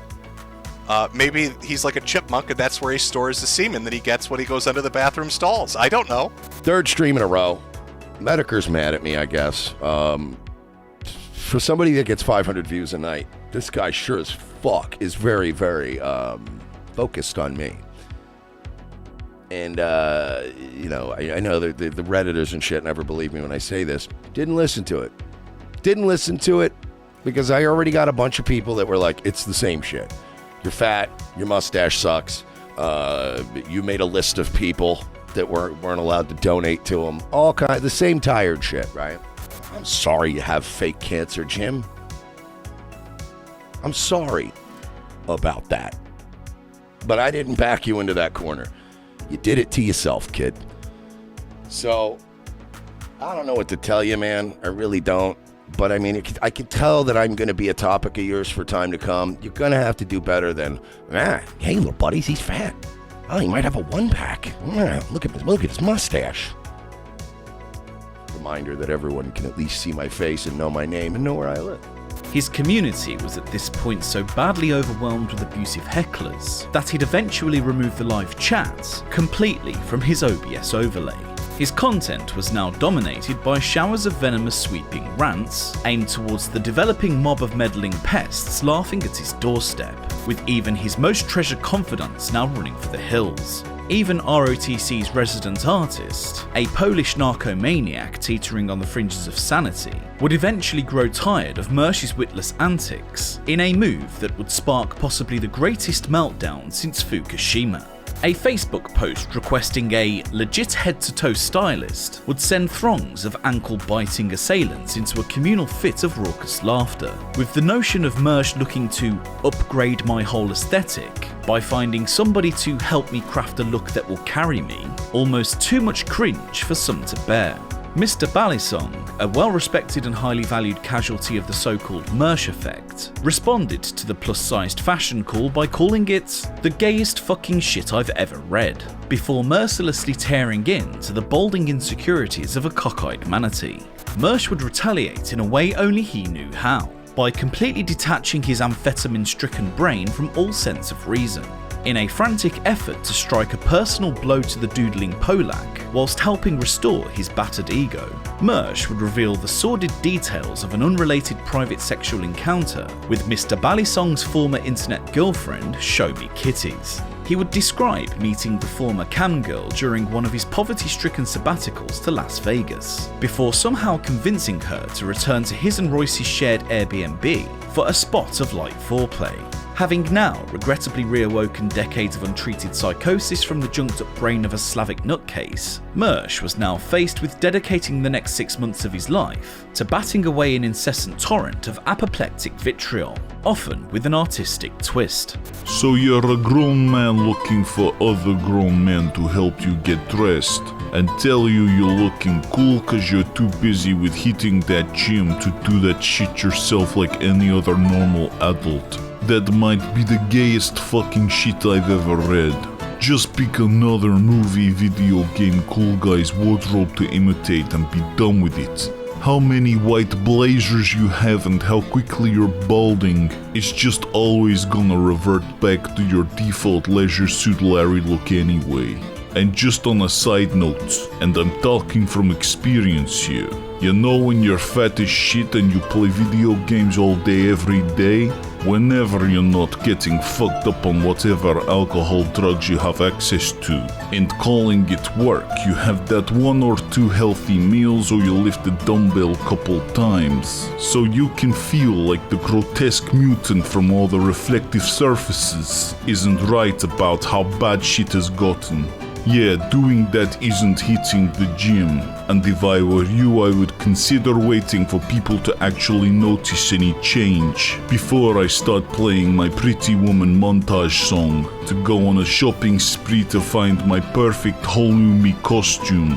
Doesn't work as well when you're still fat, you end up looking a little silly. It is really weird. Why would you need a stylist? No man has this conversation with another man. I don't think I've ever known somebody where I was like, I'm going to get a stylist and I'm going to do photo shoots to get headshots. I'd get punched. Like, that's such a weird fucking conversation to have with somebody. Mersh has a brand new style, and in order to achieve that style, which is of course just copying Stav from Cumtown, he's going to need a brand new stylist. Yeah, in order to look like the big fat guy from Cumtown, he's going to need to pay somebody because, hey, he's making so much moolah now, it's time to flex on a bitch. It's like a really weird version of a midlife crisis. That might explain the whole BMW psychosis and the I need a look shit. I don't know what the fuck's going on with this. Just shave your head. That would be my recommendation. My recommendation, Mersh, if you ever listen to this, if this ever makes us in, shave your head, regrow your beard, keep your mustache, and you'll look fine. You'll look normal. Right now, you look like a clown on meth. So Bally Song is a guy who used to do a lot of art for the show. Used to do a lot of art for all the shows. We paid this guy a lot of money over the years. Royce goes, he just keeps like, I reach out, hey man, you all right? Whatever, keeps leaving me on red. Other people from the community that he used to hang out with, play video games with all the time, a lot of, like, it was a very noticeable, like, he just kind of withdrew from everybody. I made a post where I was like, I've been hitting the gym, I'm officially down 25 pounds, my body shape is changing, and I want to upgrade my whole aesthetic. So if anybody knows of a good stylist, and I don't mean like a hairstylist, I mean a personal stylist, somebody will help me pick out a good pair of glasses that don't look weird on my dumb face, somebody will help me tell me how to style my hair, that kind of shit. We're trying to go into a new era here. Trying to reek of success here. I want to be more marketable. I told Royce I want to start maybe doing like a photo shoot, new art for the show. Well, obviously, we're going to need some new art for the show now. He just was going off on everything he hates about me, and he's like, and I'm just breaking balls. I haven't slept in a few days. I'm like, okay, hey, whoa, relax, pal. So I let it go. I'm like, I'm not going to talk to this guy. And he kept writing me walls of text that, frankly, I haven't read. At that time, we had a listener that used to come around a lot who went by the name of Show Me Kitties. Don't worry, kitties. I won't give out your cam girl name. And I don't like to do this, but, you know, Bally, you sealed the deal when you fucking did this today. So, you know, kitties and I, I'm going to start making out a little bit, whatever. No big deal. We go back to the Airbnb. I go, you want to pop inside? She goes, yeah, let's go inside. We start making out, whatever. Shit's going on. People are doing stuff, let's just say. She stops in the middle of it, and she's like, I really like you. Like, with crazy eyes. And I was like, yeah, we shouldn't do this. And I was like, this chick is going to be a fucking wrench in the gears of my life. I'm shutting this thing down. A couple months back, I get a message. I get a new friend requesting a message very late at night. But I'll give you the gist of the DMs. The DMs were, hey, I haven't talked to you in a while. It's kitties. I'm just reaching out. We haven't talked in a long time, whatever. And, I hope you're well or whatever. So I even was being nice. And I said, wow, what an unexpected, pleasant surprise. Glad to see you're doing well. Glad to see you're in a good place. And, I hope you're well, too. You know, sorry about how shit played out. So I go, don't worry, it's water under the bridge. I stopped everything anyway. And then she goes, stopped what? And I was like, stopped us from fucking, because we were gonna fuck. Mersh is trying to make fun of Bally, so he's trying to make fetch happen so hard. He keeps calling him Bally Simp. And the reason he's making fun of him is because after Mersh failed to hook up with this cam girl started a long-distance relationship with Bally Song, right? With Mersh having grabbed Show Me Kitties by the feet, dragging her kicking and screaming into the epicenter of a tectonic spurg quake, it was only a matter of time before the retired sex worker clapped back. With a cease and desist courtesy of Ryan Hamilton of Hamilton Law, about as good an idea as Ethan Ralph's pig-brained attempt to host a successful bowling tournament, Show Me Kitties would instead appear on the Podawful program to, figuratively speaking, reveal all. She would describe how, during their romantic exchange, Mersh had no idea what he was doing, and that he doesn't know about intimacy, before adding that she blew a raspberry on his neck in some sort of desperate attempt to make it playful. The humiliation would only worsen, with Show Me Kitties asserting that his penis was below average in size, later confirming an estimated measurement in inches of about 4 max. Then came the DM leaks, an embarrassing exchange displaying an astonishingly rapid transition from dutiful simp to hysterical incel in real time. He would start by claiming to have bent over backwards to be a gentleman around you, before emotionally needling the poor woman by repeatedly pointing out how much she probably hates him. So pathetic was this display of effeminate lapdogging that she would change the chat theme to a pride flag halfway through the conversation. But a difference in opinion as to who put a stop to their dealings would send Mersh into an incelibate nosedive, with the ham radio nerd utterly convinced that he was in that goal zone. So maniacally incensed by her appearance on Jesse's show was Mersh that he would for some incredibly stupid reason risk a serious sexual offence just to enact his micropenal revenge. With Mersh's mouth at this point practically foaming with psychopathic bellows of noxious rage, he would present on his show a sexually explicit cardboard cutout of Show Me Kitties, covered entirely by torn squares of black paper.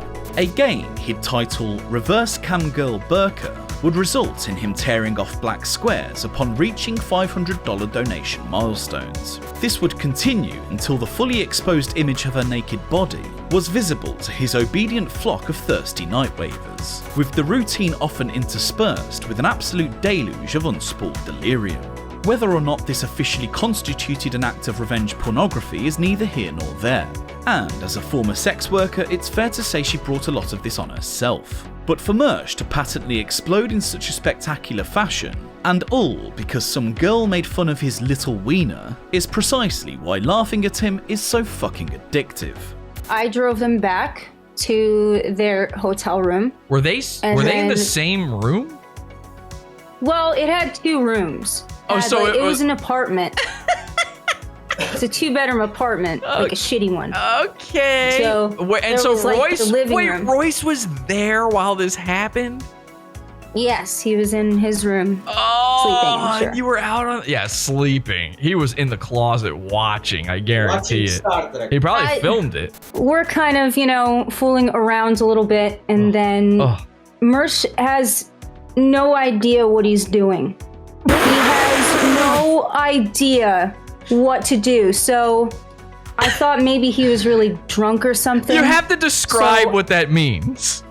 It means that, like, when a guy is trying to touch you, but he doesn't know how, like, it's an awkward... Are you saying he doesn't know where your hole is? I'm saying he doesn't know about intimacy. At some point, he tried to put his mouth, he just put his mouth right on my nipple, which usually, you move around or something. But weren't you still wearing a shirt? No, one of my titties were out. Oh, you had it lifted up? No, it was, out of my tank top. Just one, though. That's how good this is going. Did he do that, or did you? I think I started... I started, and then he just, went for it like he was hungry. And then I was like, okay, this is going really bad. So where are Mersh's hands right now? They're around places. I think he was squeezing my ass at some point. What now? When he squeezed it, do you squeeze it the way a man squeezes an ass, or do you squeeze it the way you knead bread dough? It was kind of like the way that kid did on The Wedding Singer with Julia, when he was dancing. All right. Just that awkward, just very weird. Just something was off. Something was just really, really off. So I thought he was worried or nervous. So I blew a raspberry, one of those those raspberry. I blew a raspberry on his neck. But are we talking 2 inches, 3 inches, 4 inches? What are we talking?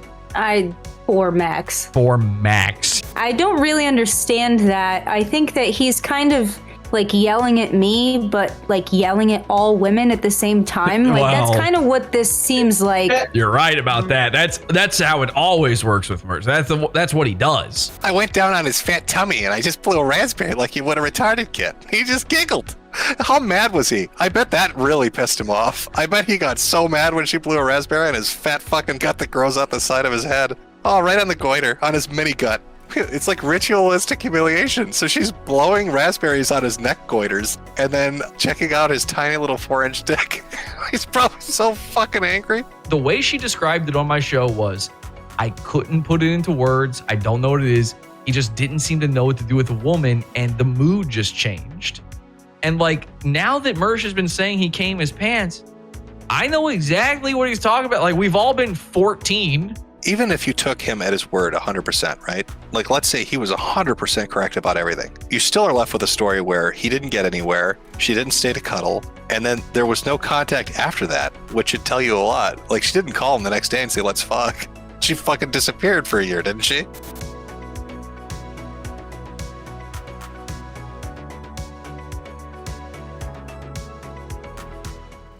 Kinda surprised to see a friend request from you. Why is that? Are we not friends? I mean, you stopped talking to me and you didn't seem very pleased with me last time I talked to you. And to be honest, I was a little fucking hurt because I bent over backwards to try to be a gentleman around you because I didn't want to be a scumbag and hurt your feelings. And I felt like it backfired and you ended up hating me. Regardless, it's nice to see you. I hope you're well. Oh my gosh, I had no idea you felt this way. You were a gentleman and I don't hate you. I never hated you. I'm sorry that you felt this way. I've always valued you as a person. I've been pretty convinced that you hate my fucking guts, frankly. I wouldn't blame you if you did. I am not the best to deal with. This feels like a very nice guy approach, right? Why don't you like me? I was a gentleman. I was so nice to you, baby. I respected you as a person. It's constant needling. Like, oh my God, you don't like me. Oh my God, why don't you like me? Oh my God, why did you act like that? Nobody wants to listen to that shit. Man or a woman. You can look at her replies. It's all like one word, one emoticon. It's so much needling and negativity and whining. Yeah, well, unfortunately, that's my favorite thing about you. I don't hate you, I promise. What is? I didn't say anything about myself. You're not being easy to deal with. Like you being a total asshole and not giving a shit. Oh, fair enough. Well, that's me being nice. You said it better. I'm an asshole, so how are you? How's the boy? And dad? I'm doing good. The boy's alive and well. He is already getting banned on Roblox. My dad? You told me when we gave you all the vodka and the shit that you were gonna bring it to dad. Am I wrong? Oh, he's doing great. They're moving out of Vegas soon. He did enjoy the liquor. How's everything with you? What's new? Single now. Surviving. Got my own place and car. Show is doing well. I started going to the gym about 2 months ago. I got a long way to go there, but I am there 4 to 5 days per week. Getting in shape, going to the gun range, preparing for the apocalypse, shit like that. Bitch, don't make me gay. That's awesome. Did you get a gun? That pride shit makes me laugh. Sorry. Shit, several. I'm about to give Royce the first pistol I bought. I upgraded, took my concealed carry class and paid for the license, so that on the way, probably getting an AK soon, jogging, shooting, learning first aid and HAM radio shit, being a nerd, but also still being drunk, degenerate, finding balance. I love how like his way into this chick is like, I want you to know how much I'm prepping for the apocalypse. I'll know how to use a ham radio and an AK. Were your ears ringing or something when you added me? That's fucking awesome.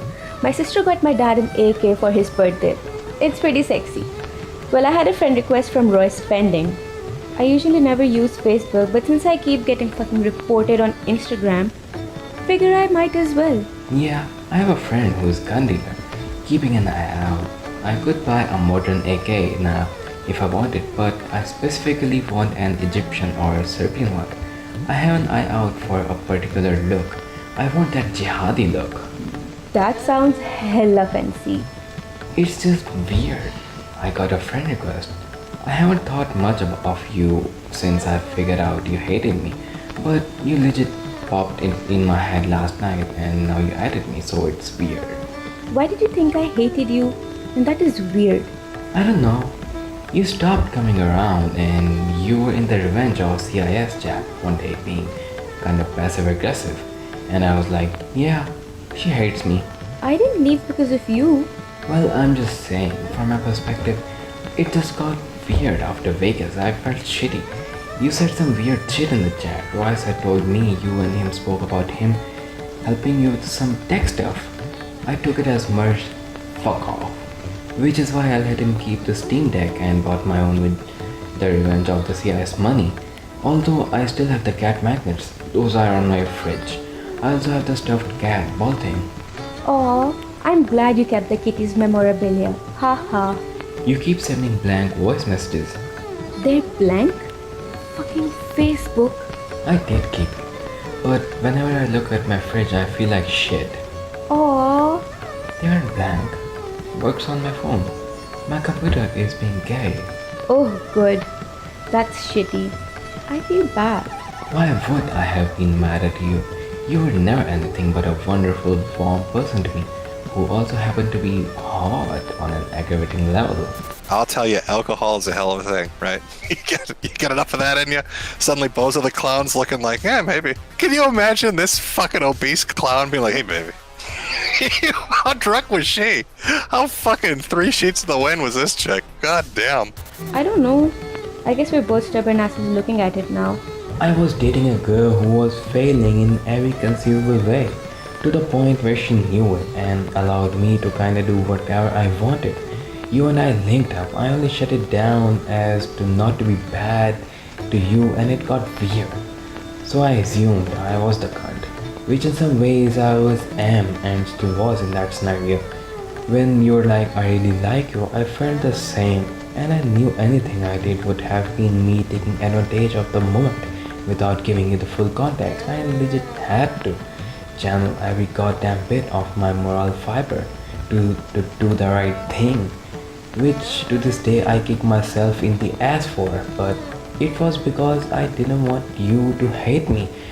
That relationship was already on its last legs, and I didn't care much her hating me or me hating myself, which I am used to after 38 years. Well, I felt you didn't care much for me as a person, and I didn't understand what exactly was going on, but I knew it was something. You have your faults, like anyone, but if you aren't anything else, you're fucking true. And that's rare. I can be a prick to people who have PvP enabled, but you're a genuine person who is honest, and I can go around tearing flowers around the ground at my age. I appreciate that very much. I'd be lying if I said it's not one of the things I kick myself in the ass for, at least once a week. Well, I must say that nothing would have happened from my end. I could feel something was off. I left that night, and when I got home, I had a panic attack. I crawled into my mom's bed actually. Pretty fucking tragic. Wait, you tried to go cuddle with me? Don't say it wouldn't have happened. I tried? No. I said, do you want me to stay? And you said, if you want to. That's never a good answer. And also, I could have cuddled you all night and done nothing. I'm a woman. I love to cuddle. You literally were like, we could just cuddle in there. Yeah, sorry. I have never in my life seen that meme actually cuddle. Ha ha. But fine. Probably for the best. I would have been like, yo, you actually meant cuddle? Fuck out of here. Oh, you don't like cuddling? For future reference, ain't nobody coming into my room after 11 PM to do anything but get fucked. Not trying to say cuddling ain't happening, but you coming into my room for cuddling is like trying to get your dessert before you eat your goddamn broccoli. You just wait. One day I'll cuddle the fuck out of you, and it will change your life. Cuddles matter. You try to cuddle me without sex first? I'll have the ASPCA come pick your ass up. You just need some love in your world. Royce and Mary's dog is the only creature that can get no strings attached cuddle from me. Are you saying you'll cuddle a fucking dog before me? And stop trying to play it off like I wasn't in that goal zone. Just stop it. I only stopped because I was like, well damn, Susie is actually a dope person and might actually expect me to be halfway human to her, and she deserves a dude who isn't self-obsessed megalomaniac. Damn it. It went from him doing the Mr. Nice Guy needling shit until like now he's getting straight up antagonistic and he's getting mad. I really do love how this has devolved into him being like, listen, you stupid fucking whore, I'm the best thing that's ever happened to you. I'm a nice guy and I'm gonna smack you a little bit. Do you know how well I treated you, slut? I'm gonna spit in your face and you're gonna marry me. Oh my gosh. You're really going with you stopped something? How did that go? Yeah, I mean you can try and dust yourself off and pretend like you didn't have to come back and pick up your own bra the next day. Keep being fucking cute. I did pick up my bra the next day. That's like junior high shit. Bra off is not the goal zone. Goal zone is you at least got a finger and me, that's the zone. Let's be real. Only thing I had to do finish that night was be an even bigger prick and play the scumbag game. You are kinda making me regret being a good dude even more now. You really think I'm that stupid? I mean, I thought we were both being real with each other and actually opening up here. But clearly you're not in a place where you wanna seriously talk about shit as it happened. Which is whatever, sorry for bringing it up. Wow. I like when you're nice. I like seeing the glimpse of the nice person in you. But if taking your shirt off and telling dudes I really like you while making out with them is not a huge deal and just every type of shit for you, then I mean own it then. I've made out with 3 guys in the past 10 years, asshole. One of them is you. You really are a fucking asshole. Don't get mad at me here. I was being nice the whole time. Read that shit back. You had to start with, well, I mean, it wasn't like that. Okay, right? It wasn't like that. I'm frustrated because I'm being honest with you. Yeah, I'm being honest too. I'm always honest. To a goddamn fault. You are the one rewriting shit. You wanna come at it this way? I know what the fuck is up. That's bullshit and you know it. Are you a sweet girl looking for love or chick trying to draw lines in the sand about what kind of sexual activity rates as low enough to still be a good girl? Dude, grow up.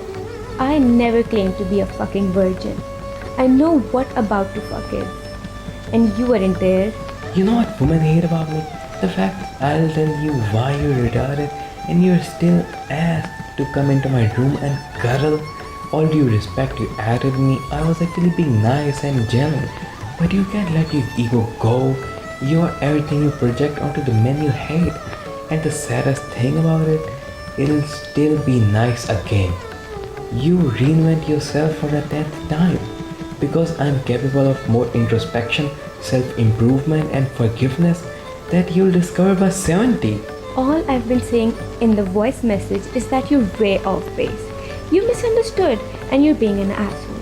I tried to hook up with you, then immediately ran behind your back to your business partner and friends to rewrite the narrative. That didn't work, so I disappeared. You're the one being legit fucked up. Wow. You're out of your mind. This is insane. Hey, quick question. Do you really talk about our dealings behind my back to Royce and Belsom? Because I kept my mouth shut from that day. Did you really discuss these things with other people, even though I didn't? I need to know. Dealings? That's what you call it? No hard feelings. Have a good life, Mike. You simping for a shitty mom Bally song. I mean, how low can you get? How low can you get? Bally, you know in your heart. You know in your heart that you bought a bad Carfax. You got a bad Carfax. You made a shitty move. It's not too late, my friend. It is not too late to disavow that past. Playing video games with Polish simps who buy you DLC means more to you than spending time with your child. And yeah, you guys got yourself a new little cozy community of people on Reddit that are all pedophile defenders and furries and unsolicited dick pic sending weirdos. That's your new life now. That's the team you chose to side with.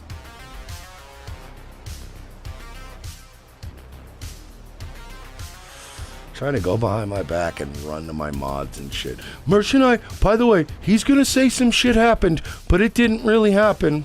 They were my friends. Bolly's my friend. And we were together, so I told him what happened.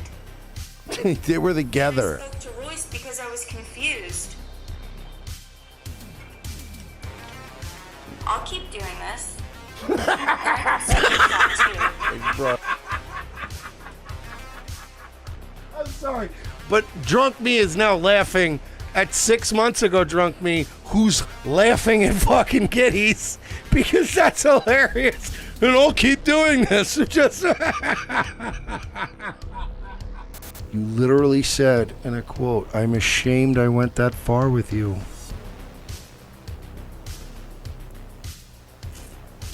And now here you are, getting a whole army of simps to rally around you to deny that you went that far with me.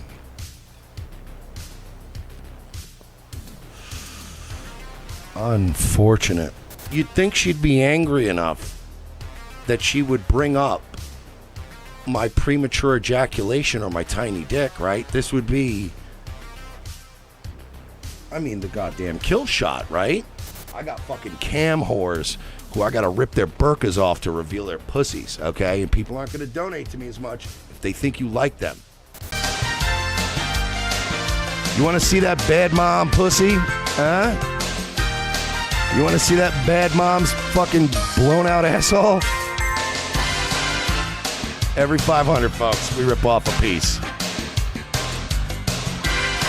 Reverse cam girl burka.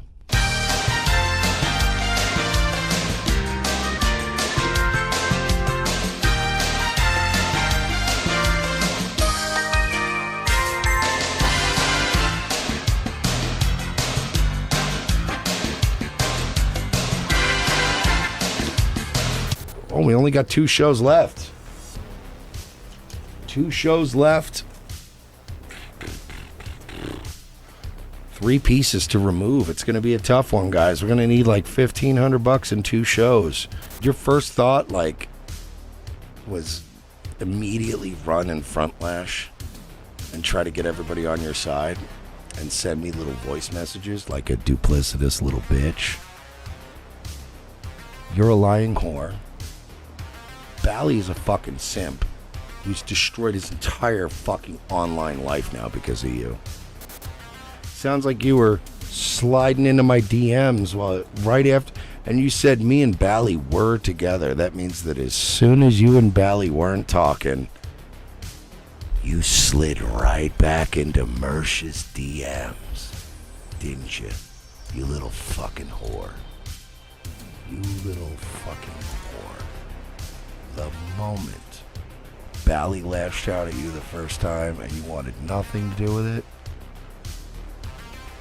you slid right back into my DMs, reaffirmed everything I've said, and made a fucking asshole of yourself.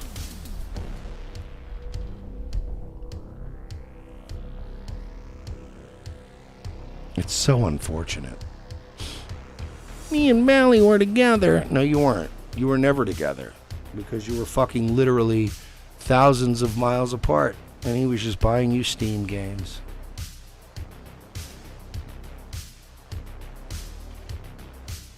Oh, kitties. How unfortunate. How unfortunate. But truth be told,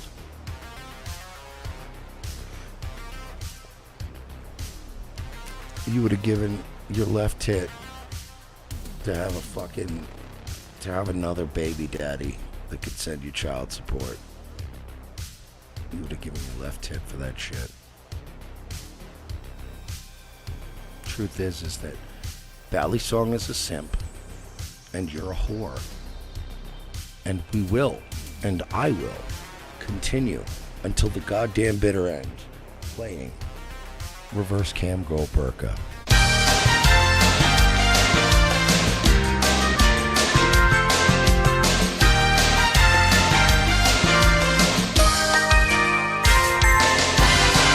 This sounds like a really an embarrassing situation. I would want it to be over. I would want it not to address it, to be honest with you. He looks so sad.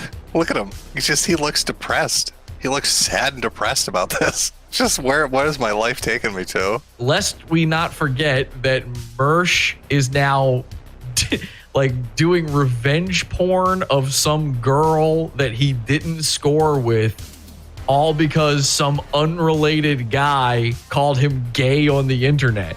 I just don't believe that like somebody who's that deep into, you know, the pickup artist shit, you know, nagging and all that stuff is going to be the type of guy that's going to be like, yeah, no, I'm going to call it quits here. Like he's got this chick and he's just going to be like, no, I'm a gentleman. After we watch a clip of him screaming, you whore, at the camera. Mersh did an entire stream doxing his own simp texts with this cam girl after I did an entire stream already doxing those exact things.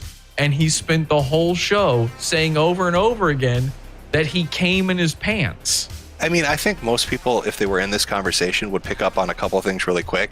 One, she didn't like the experience. Two, she just wants to not talk about it. And three, she obviously saw it as being different than he did, but he can't let that go, right? Like, he can't read between the lines. It's pretty obvious. She's saying, like, just let it go. I don't want to talk about this. Like, she's not going to fuck you. She's made it pretty abundantly clear between the lines and explicitly so. So why are we even chasing that rabbit hole, you know? Mersh posts his L's all day, every day. The only reason you know Mersh is a loser is because he is flagging you down with semaphore to tell you he's a loser. You could see it from a fucking 747 that Mersh is a loser. The man is the king of projection, and you could be on the other side of the galaxy and see him shine the L signal into the air. With all things Mike Shealy now drawing to a much welcomed close, an opportunity presents itself to fully reflect on the value of sharing such a classic cautionary tale. Jackie Reed once posited that life is a mirror reflecting our inner world, revealing hidden corners of our consciousness and exposing to ourselves our truest nature. If we applied this reasoning to Mersh, we'd see a man at complete odds with himself, constantly at war with his most flawed instincts, somebody with big dreams but an even bigger ego, in such a frenetic rush to prove to the world just how wrong they were about him that he loses all perspective of who and where he actually is. A man so stuck in a perpetual cycle of rampant self-delusion and unapologetic projection that he's regrettably destined to repeat the same mistakes that have led him to where we are now. Whether or not there's a way back for Mersh is at this stage unclear, and with so many of his missteps a direct product of what appears to be a series of highly destructive personality disorders, it's difficult to conceive of a world in which he's not playing the role of the internet's chew toy. On the bright side, Mersh could at least take solace from knowing that he has at long last achieved some basic level of notoriety, rubbing shoulders with the likes of Ethan Ralph and Christine Chandler as one of the world's most milkable of all lol cows.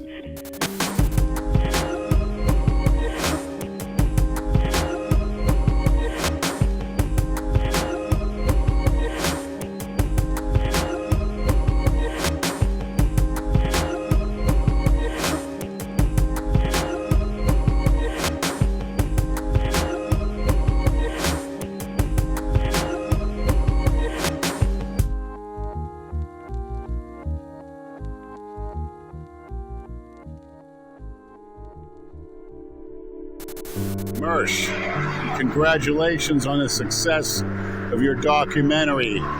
65,000 views now, 650,000 views in 4 weeks. Hey Mersh, Shoe Nice again. Well, basically I'm just here to give you a congratulations for straightening out your life and having that popular documentary about you. Either way, it seems like you're mirroring my life. You were at the lowest part of life, which is homeless. You lived in a car. Because I remember when I was homeless, struggling, didn't get along with the ex, so, you know? You did what other people won't do. You fought like a dog to improve your situation. Now, the next step, the training, the eating, the sleeping, the water drinking. So yeah, I got a viral documentary about me with like 3 million views. So yeah, I think, you know, in some ways I can relate to where you're at in life right now. Now you have your own house and BMW, but that doesn't mean jack shit. What is your character. I wouldn't drive a BMW if somebody gave it to me. But yeah, bro, you're alright with me. The training will take care of any fat you have. A proper diet focused on meat, eggs, oatmeal, vegetables, potatoes, and rice. That will take off the fat. The heavy training on compound movements progressively will turn you into a calorie-burning, muscle-building machine. Keep going strong on this path we call life. Game face, earn, man, porcelain? And what do you think about that, Mersh?